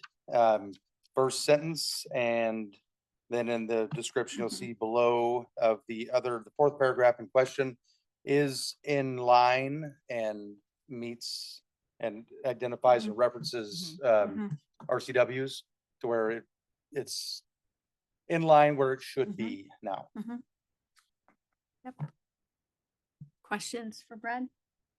Is this 4,300, 4,330, sorry, or 4,260? What's the real number on this? Because at the front, we say it's 4,330 and the red line has it as 4,260. Oh, the number is changing. It's current 4330, but Okay. part of We're good then. the WSSDA classifications, designations, numbers, getting in line as a state standard. Okay. I don't have any. I don't either. The only correction I have is in the third paragraph where it says Scouts of America. You can remove of America and just say Scouts Okay, at the end of that third paragraph. okay. Just Scouts. Just Scouts. Okay, that's an easy one. Yep. It was fixed in the other paragraph below, but not that one. Okay. So, yep. All right. Can I get a motion for pass first reading? I'll move first reading. I'll second that. Any other discussion? Okay, we'll vote. Yes. Yes. Yes. Yes. Yes. Great. Pass first reading. Thank you. Thanks, Brad. And then His first policies, that was very exciting. we will move to policy 3241, student discipline. Yeah, pretty sure you're not getting off so easy. I'm used to it. And this is this Okay, so like it says on the title page there that we're going to the WASDA policy here. And so we're proposed that we take the current policy and move much of that to the procedures. It was a 26 pager. And so what we'd like to do is we'd like to take that current policy, now that we have the contract with the teachers, it has some student discipline language in it, as well as the WASDA procedures, put all those together. We approve this one, put all those together, make sure it follows this policy, and along with the new WAC language and the new RCW language, and rewrite the procedures. Or adjust, I mean, there's a lot of moving parts with this one, but we like to do all that, put it all in the procedures, and then we'll send the procedures out to you guys and take a look at them. Yep. I think that would be great. Okay. Yep. Yep. And then make sure nothing's missing in the Right. procedures. Right. Okay, good. Which So, would be the 1 through 26, basically, would Yeah. turn then into the that's the current procedures. policy, and this would go to procedures. And this is like the new policy, and then you're gonna Correct. because there were things in this. Mhm. So this is what you're gonna look at and redo and sort of revamp Yep. based on the, okay. To Yeah, then I include the don't new have any RCWs questions on as well as the new Yeah. contract language for the teachers. And we usually This is don't do just- that with procedures, but we definitely want to do it on this one Okay. because it's such a shift. Right. And this is what we're approving. Mhm. Okay, Mhm. perfect. That I did. It'll be much easier to follow when I'm done. I like 3241. No questions or comments. I read 3200. Yeah. And I'm really glad you're redoing it. Oh, Yeah, yeah, that's where I went. for sure. Yeah, okay. I mean, you can't just throw this out and say, hey, follow this. I mean, it's, So We'll fix is it gonna Yeah, be it's like not- more condensed, easier? yeah, it's gonna be more like the WASDA one. Okay, I mean, we can look at the WASDA one, but it's gonna be a lot more like the WASDA procedure. And then we got, like I say, there's special things for the rest of the school district with our contract and stuff. We want to make sure it's in there. And then it'll spell out how to procedurally, how to go through and do the things that are in the policy. And my only ask on this Yes. is that we push it as far to the limit as we possibly can. Wait, I mean that I want to make sure that the discipline that the teachers have the ability to do in the classroom that disrupts other student learning got you. or is not safe for other students, that we can push that to the very limit, because I think we've gotten away a little bit from the accountability aspect. And so kids have a tendency to misbehave a little bit because there's not really been a lot of consequence. Okay. And I want it to be fair Yeah. and I want it to be right, but I also want to make sure that we're looking out for the kids that are there to learn. And if a kid's going to be a little stinker, should get stinker treatment. Okay. And I agree with Jill. Again, she said it nicer than I would have said it. I mean, I think the question is whether the WASDA model procedure pushes that limit as far as we would want to go. Yes. So Right. that's, So that may be a question for your team as you work on the procedure. Okay. The model procedure may not be tough enough if Gotcha. we are legally allowed to go beyond that, if we need to Yeah. make a more safe environment for the students and for the and teachers. a better learning environment. Right. and Victoria better and I for- agree with Understood. you. We've talked about this. Mhm. And that's kind of why I wanted to bring that up, because I think we have Mhm. board Right. Support. consensus that we want to push it as Mhm. you're clear. Yeah. Got you. So my only other feedback on this one is the WASDA policy mentions at the end of the paragraph on student responsibilities. Okay. It makes a reference to policy 3112, which is a like social emotional learning climate policy, which RSD does not have. Okay. I'd like your team to look at that and Got you. consider. It's labeled an important policy under Okay. WASDA. Okay. But it talks a lot about creating a safe social emotional learning environment Mhm. for students with teachers. So maybe your team could look at that. And see whether that's an appropriate policy for us to add. Social emotional. Okay. I have on there. It may Thank you. help with some of the other issues Ken is running into. Yeah. Okay. In our schools, creating a safe and inclusive environment. Absolutely. Right. Okay. I've got it. Thank All you. right. Other comments on this one? Can I get a motion for first reading for 3341? 3241? That would 32, 3241. So I- moved. Okay, I'll second that. Okay. And we'll vote? Yes. Yes. Yes. Yes. That's Thank first reading. Thank you. Yeah, I'll make those changes. The next one is 3225 school-based threat assessment. This is also a critical one. And what we wanted to do in this one is we wanted to add some things, move to get in line with the new RCW with emergency removal instead of emergency expulsion. Add guardians where appropriate, Mhm. and then also move the definitions to procedures. But this time we left all of them in there so you could actually see them, but they're crossed out. So you knew what was moving to the procedures. Mhm. So to be consistent with the WASDA policy and the way we've done the other ones. Yep. Questions? I was okay with this as long as the procedure includes guidance on how to do the assessment. Okay. Because I would see policy as the, well, policy, right? Yeah. It's not aspirational,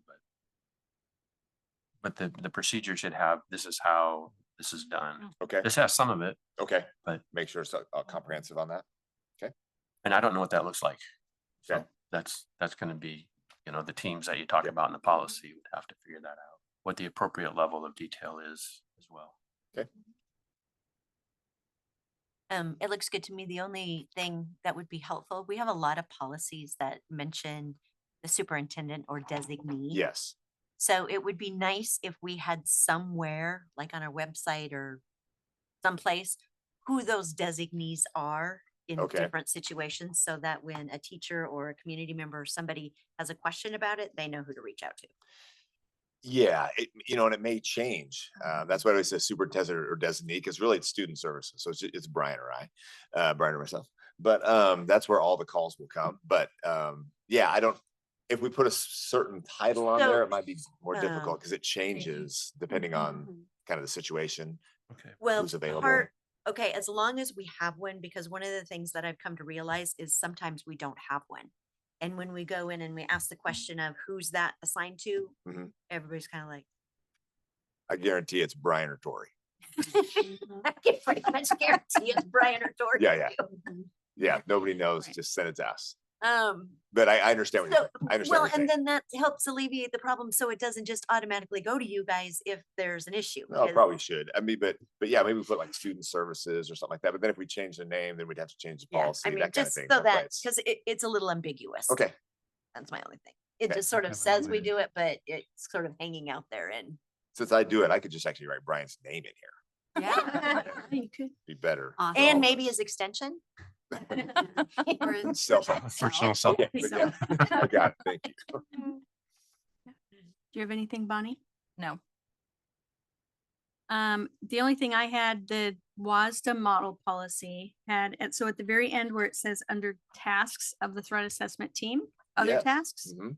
there's a third bullet Yep. on the WASDA model policy that says, this may include, these are other tasks. This may include assessing individuals other than students whose behavior poses a threat to the safety of students or staff, and notify the superintendent of such an individual. Yeah. Was there a reason we removed that? Yeah, because we were just doing students. Mhm. We thought the policy was just going to be around students. If we have teachers or other staff members or something, we wouldn't put them through this kind of a threat assessment. That would go to like HR in the way we do it. But if it's not a staff member, it could be someone else. Like, I just can't think of a scenario. It could be a parent, it could be a volunteer. Okay, so yeah. So our threat assessment policy and the way we do our threat assessment is set up specifically for students.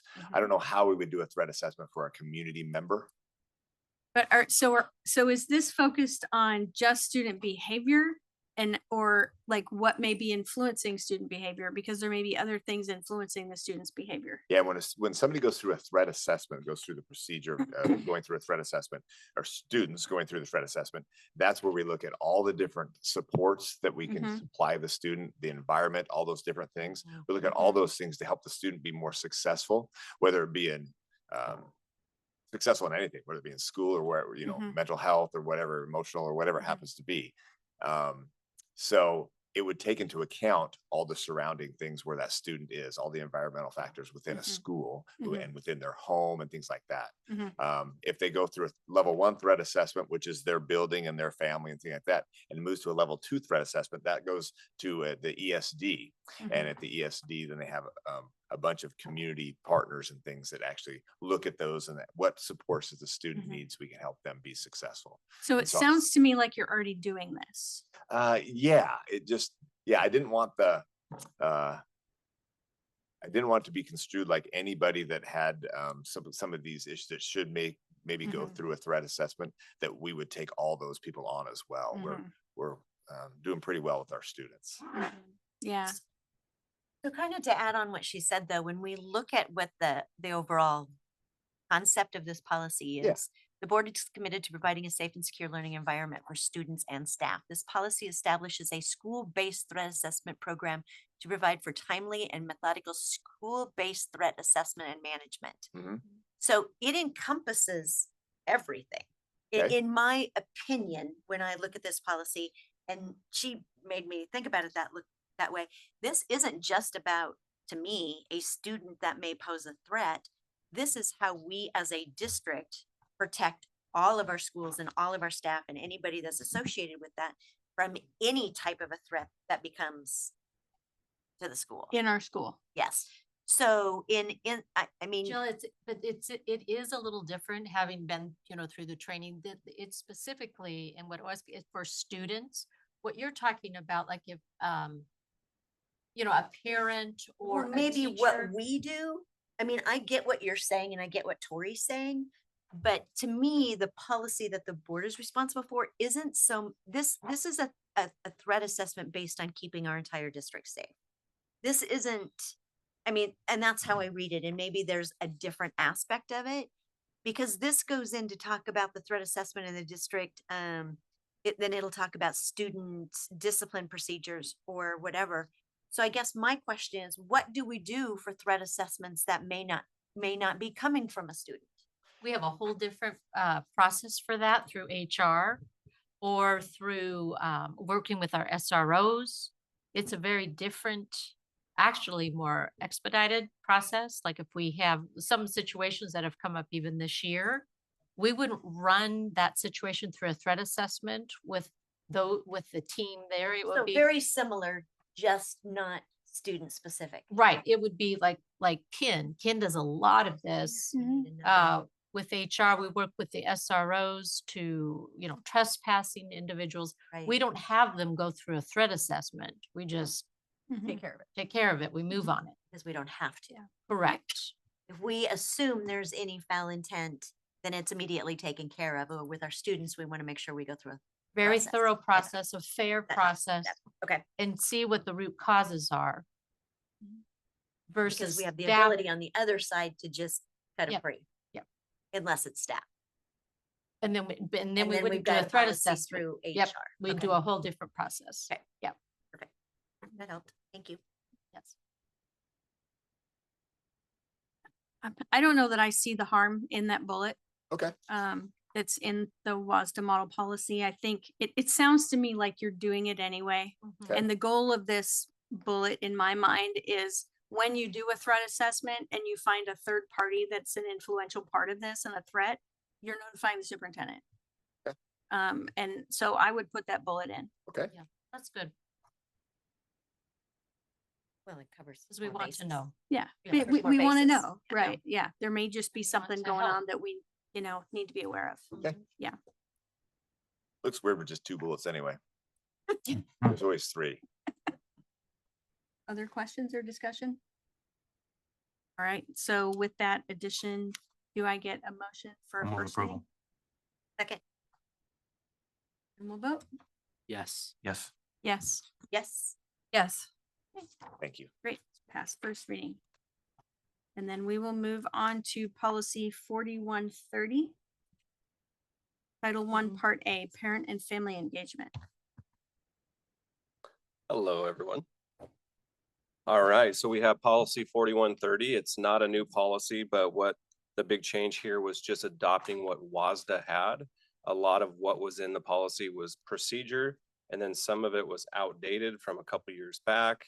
With survey data, it really got into too specific. So we will develop the procedure that will get to the policy. And that'll be part of our review this year. When we work with OSPI in January, they'll be looking at our procedures and things like that as well. So that putting it in procedure allows us to make changes based on the need, and there has to be often updates to that. So that would be helpful. On page 3, we say we're gonna send information to the parents, guardians via Parent Square. But what we were talking about before with Tori D, we might next year have something different. Do we want to say electronically or? That's smart. Yeah. Yep. Well, and I was gonna ask, like, what percentage of parents and guardians do we have signed up on Parent Square right now? 99? 99%. Really? So good. Really? Wow. Wow. I would have been. That's the slacker amazing. parent who wasn't on. Well, the nice thing about the that is, one. again, it's in their language, because a lot of the titles, policies Yeah, speak specifically to that. So versus just handing them out and putting them in their folders at home, you know? The papers that never make it to mom and dad. Mhm. Yeah. We have 99% of our parents on Parent Square. I better get more responses to that parent guardian committee than Maybe they just don't want to talk to you. But we had to send it out. Did you see? well, it's the second time, so this Yeah. is a shout out to that 99% people that are You really tapped want in. 13,000. If I could get 13,000, I would be ecstatic. Really, 99%, or did you just make that up? No, me too. Okay. Me too. I don't need evidence. I trust you. Thanks, John. Colleagues don't trust you, but I do. Oh my God. Well, when I talk to Not parents and I say it went out on Parent Square and they say I didn't get it, then I'll know they're the 1%. Or they don't read it. That's when you can look at them and go, you're a 1%. You're a 1%er. Do you have questions, Jill? No, this looks great. And you went through, I mean, because I don't know a lot about the Title I stuff. Yeah, and the nice thing about the policy is exactly as it is in WASDA. And then the biggest thing is it's very vague on purpose that your procedure really gets at how you meet And these that's where we can requirements. do And that's what the team from OSPI will work with us in our buildings on. Do our policies and procedures have that in place? So that'll move to procedure. So it just covers our bases so that we're in line with the WAC, and then you can, perfect. Yeah. I don't have any questions then. Okay, there's no more. Can I get a motion to pass first reading? I will make that motion. Second. Any more discussion? We'll vote. Yes. Yes. Yes. Jill.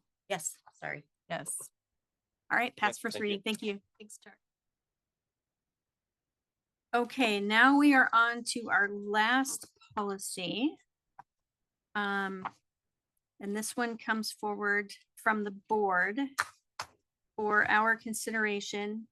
So there are, what we're discussing tonight is RSD has a policy 4220. Yes.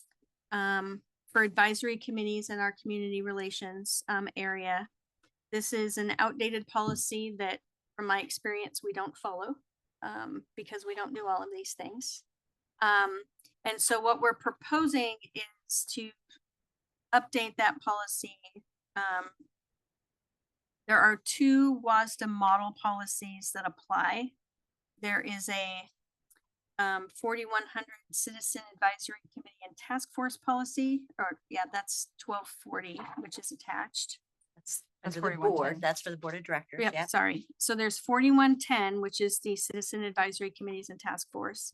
And then there's a board policy 1240 on committees.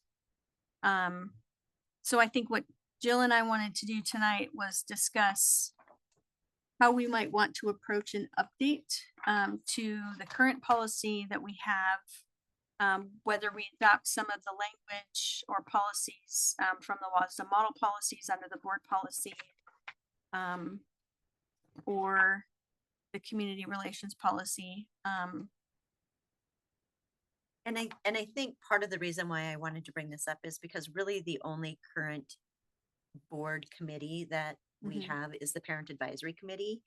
And in going through looking at the way advisory committees and committees have worked in the past, we're not really following our own policies in our own board. So rather than Katrina and I, who operate, and maintain the Parent Advisory Committee, I wanted the board to have a conversation and discussion about what our board committees look like.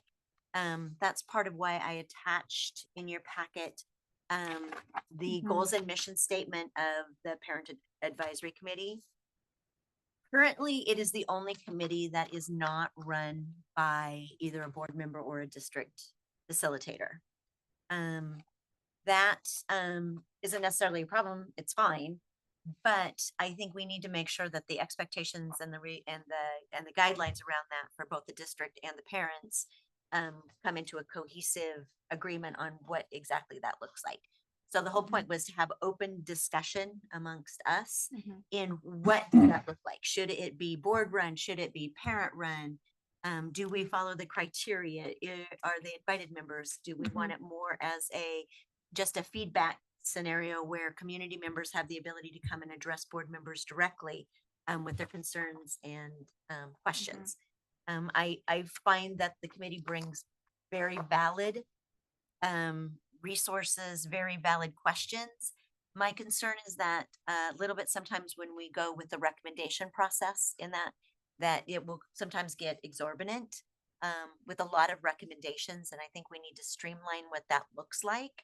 And what I don't want parents to ever feel in that group is that we're ever dismissing any of those recommendations, but that we really need to keep it streamlined because there's a whole bunch of issues that affect the school district every day across the board. So how do we facilitate that with the district being able to communicate with the community and the answers that they need and the community feeling like the district is being responsive to them? So with that being open to conversation and you guys having a chance to look at that, I don't think I've been on the parent advisory committee since its inception. You went to a couple meetings. I went to it for like 6 months and yeah. And you did you tap out? I did tap out.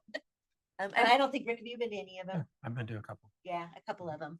So just sort of, I think it's important for the conversation we had. So there you go. That's my 2 cents worth. Thoughts? So I read the two WASDA policies, 1240 and 4110, and I would support putting them into our policies and replacing 4220. That said, the parent advisory committee mission and goals don't really fit. 4110 needs to apply to that, I would think,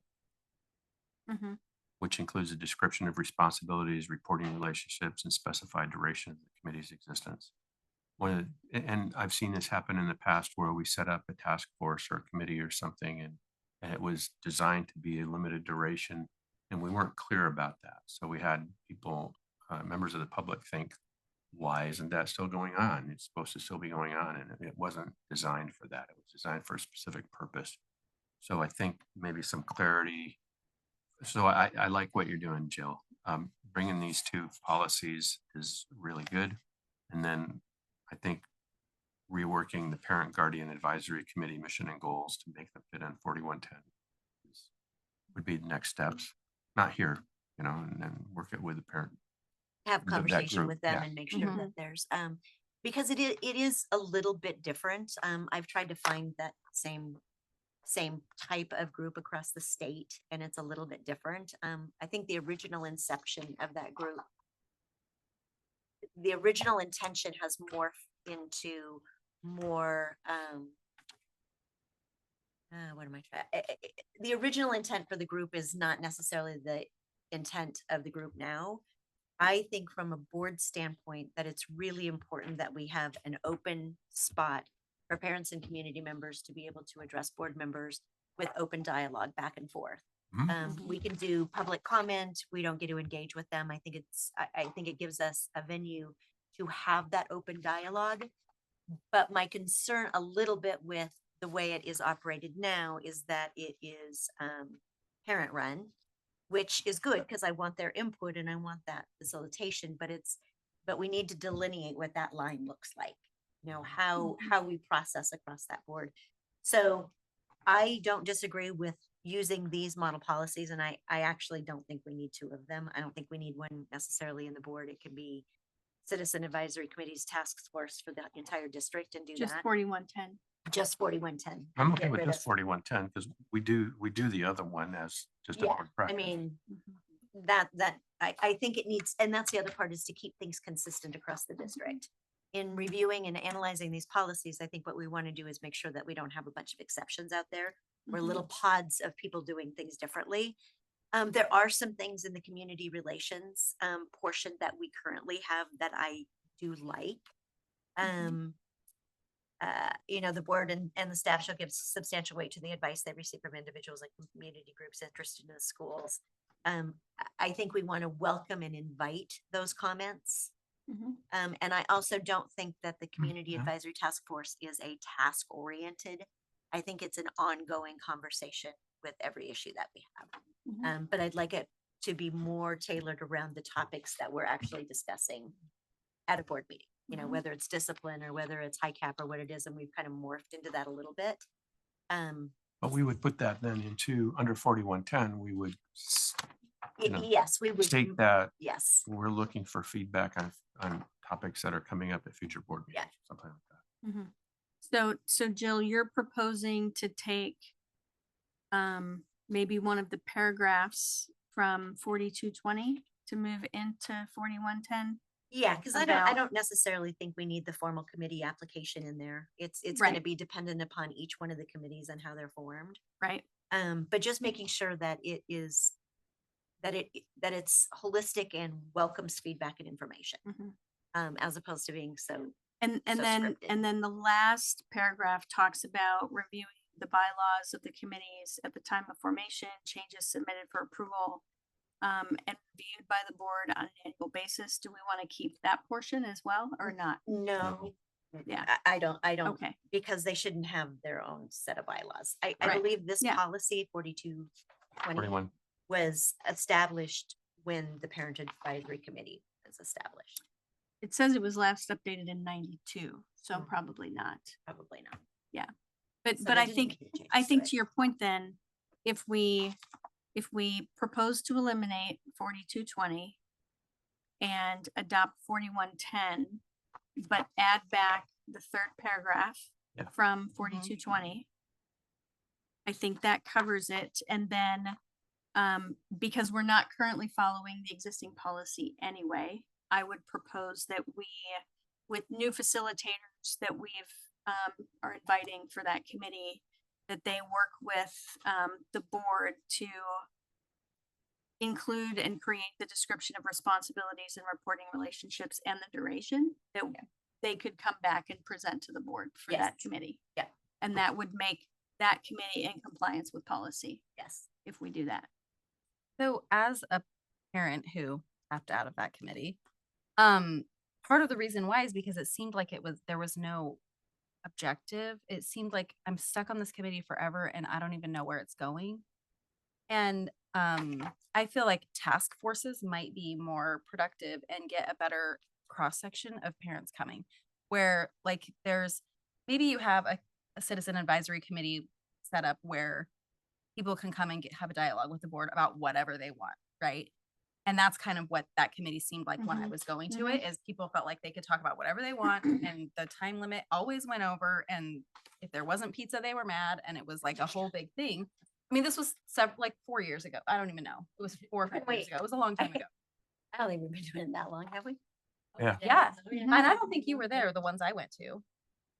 Maybe a couple. I started after. Yes. Yeah. So, yeah. So, but it felt like it was just I was sitting through a gripe session and it was not productive and it seemed like there was not an end in sight. Where I feel like if you said, we're going to have this like 3-month task force on high cap services, or we're going to have a 3-month task force on bullying, or whatever the subjects are that they, that they have listed out of options they want to talk about, then you would get different people. Like, I can come to this for 3 months. I can commit 3 months, right? I can commit that And amount that's a of time topic to that it. I'm interested in. So Yeah, and that's a topic I'm Gotcha. interested in. So you would get people who care about that topic. They would come for 3 months and then they would feel like I did my job and So you know what I'm saying? Like, yes, to help you better understand, we do that now.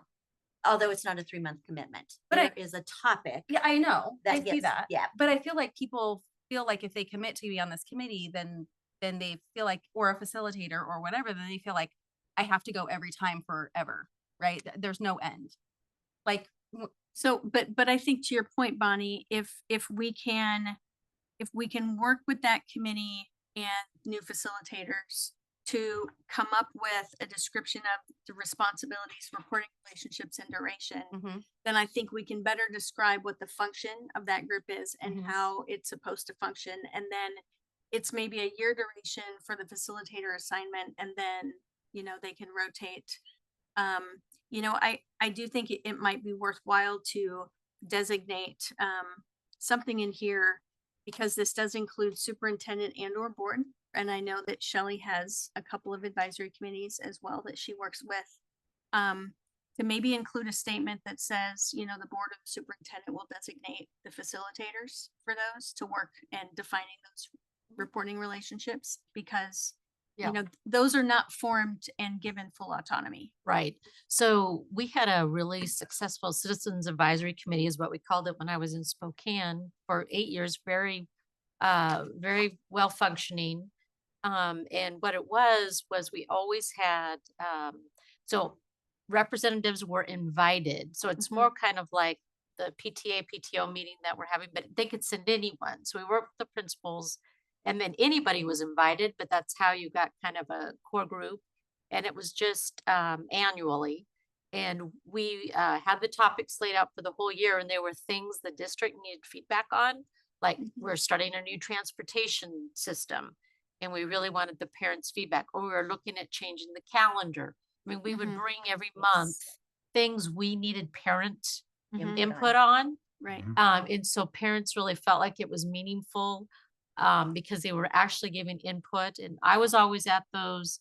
And then the board members would rotate. So there was always two. And then we'd start it with a superintendent and board update about what's kind of going on, and anyway, I found that to be a very productive model. But it was very, and then we did have at the beginning of each year, 2 parents that would, it was like a team, you know, it was the superintendent and the facilitators, and just like getting out meeting minutes, you know, those types of things. But it was, it's a lot like what we have now, but I just found that the roles were really clear, right? The roles were really clear. We don't have right. Yeah. And the purpose was clear. And it was very district driven in terms of, we need your input on these things this year. So anyway, so maybe one of the things that we need to work on is some wording for how this is superintendent and board driven, in terms of, you know, working with facilitators to develop the description and the reporting responsibilities, so that we can be much more descriptive about the purpose. And then, You mean in the policy part, 4110, or or are we talking about the parent guardian advisory group? Well, both. In both, I think. Maybe. So that any But group, for- any group. But for 4110, I think there's going to be some groups we just appoint. yes. We're not going to work with, you know, it's a short duration. This is going to get appointed. These are the, Well, you have both. That's why we would add that portion in there, so that it covers both the appointed and the other, And because the it's volunteer. and your wording means that it's driven by the district, basically. driven by the district or the board. Yeah. And that way, you know, you two wouldn't necessarily have to be at every single one. It could be like, oh, you know, for these 2 times, we're talking about something That you're passionate about, Right. it, that you're passionate about, or Right. Yeah. And then as you rotate too, then the parents really get to know you, and, you know, it's kind of more of an informal. And then we'd have presentations, like, let's say the topic was about transportation. So Kyle and Ken would be there to answer questions. And then, but we needed something too, right? The district needed input. Right. Okay. well, and the way I look at it, it's a really good thing, because we don't do a lot of community forums when we go through and establish things, and I'd like for this to become more of that. At the PTA, PTO meetings, that's coming up. When is that, BJ? So every fall and every spring. it's not, we've done community forums in the past though. Yeah, but That- we don't do them really consistently. Right, they're for specific purposes or Yeah. things like that. So will then 4110 come back as a? Yes. Yeah. Okay, For second read, yeah, or for first Or read. even for first, I'll bring it back for first reading First with the read, changes. okay. Okay. That sounds think good. that So will we don't help. need to vote? Nope. A minute. Thank you. Discussion, okay. All right, so we are done with the business portion of the meeting. And would anyone like to pull anything off of the consent agenda tonight? I'll move the consent agenda. I'll second that. Any other discussion or poll? Then we'll vote. Yes. Yes. Yes. Yes. Yes. Okay. And then future agenda items.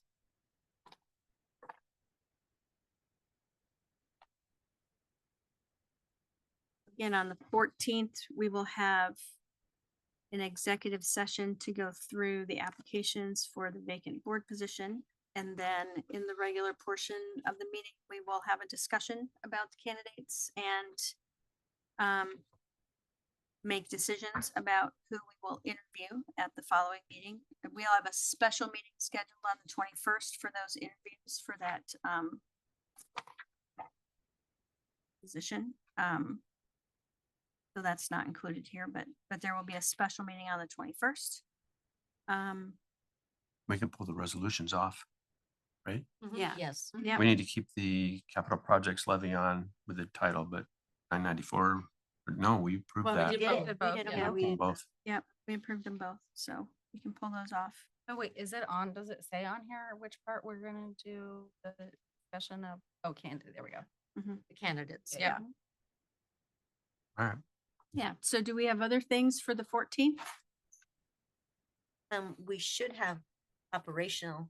It says that on their operations Says operational policies. policies. And we'll be bringing or- some. Okay, And I don't know if there's any other operational updates or any, We'll look at yeah, it. anything that would have to do with. For the 14th. To look good. Any other changes? so what cadence are we gonna have finance updates, Travis? Because I don't see that on the 14th or the 28th meeting, so where do you want those?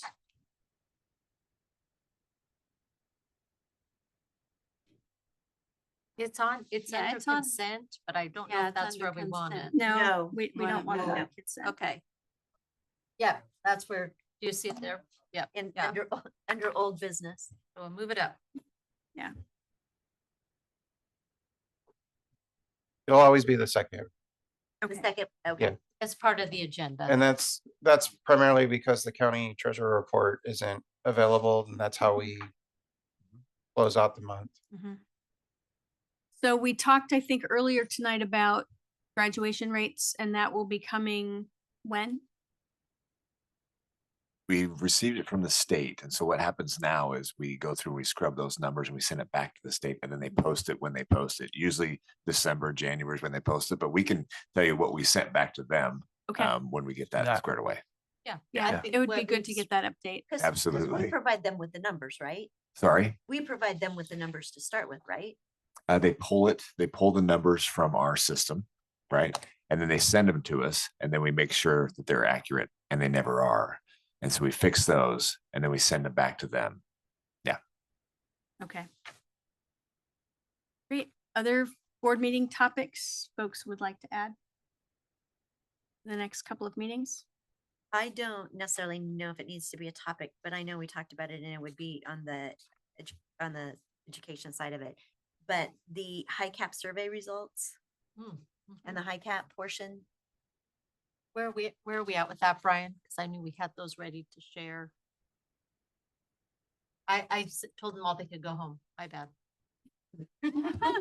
And they wait. They I'll know find they out forgot. and get back to you. Okay. Yeah, which is fine. That was that. I mean, I don't care when it goes on there. I just would like to see what. I know we're she gonna has get. them. Enid has them. So we Yeah, gotta I figure know out a she's way. been working and just putting a lot Yeah. of time and energy into that. So I just want to make sure we didn't Yes. not have a return report on agree. it. Okay. Anything else for the good of the order? All right, we're adjourned. Thank you. Thanks.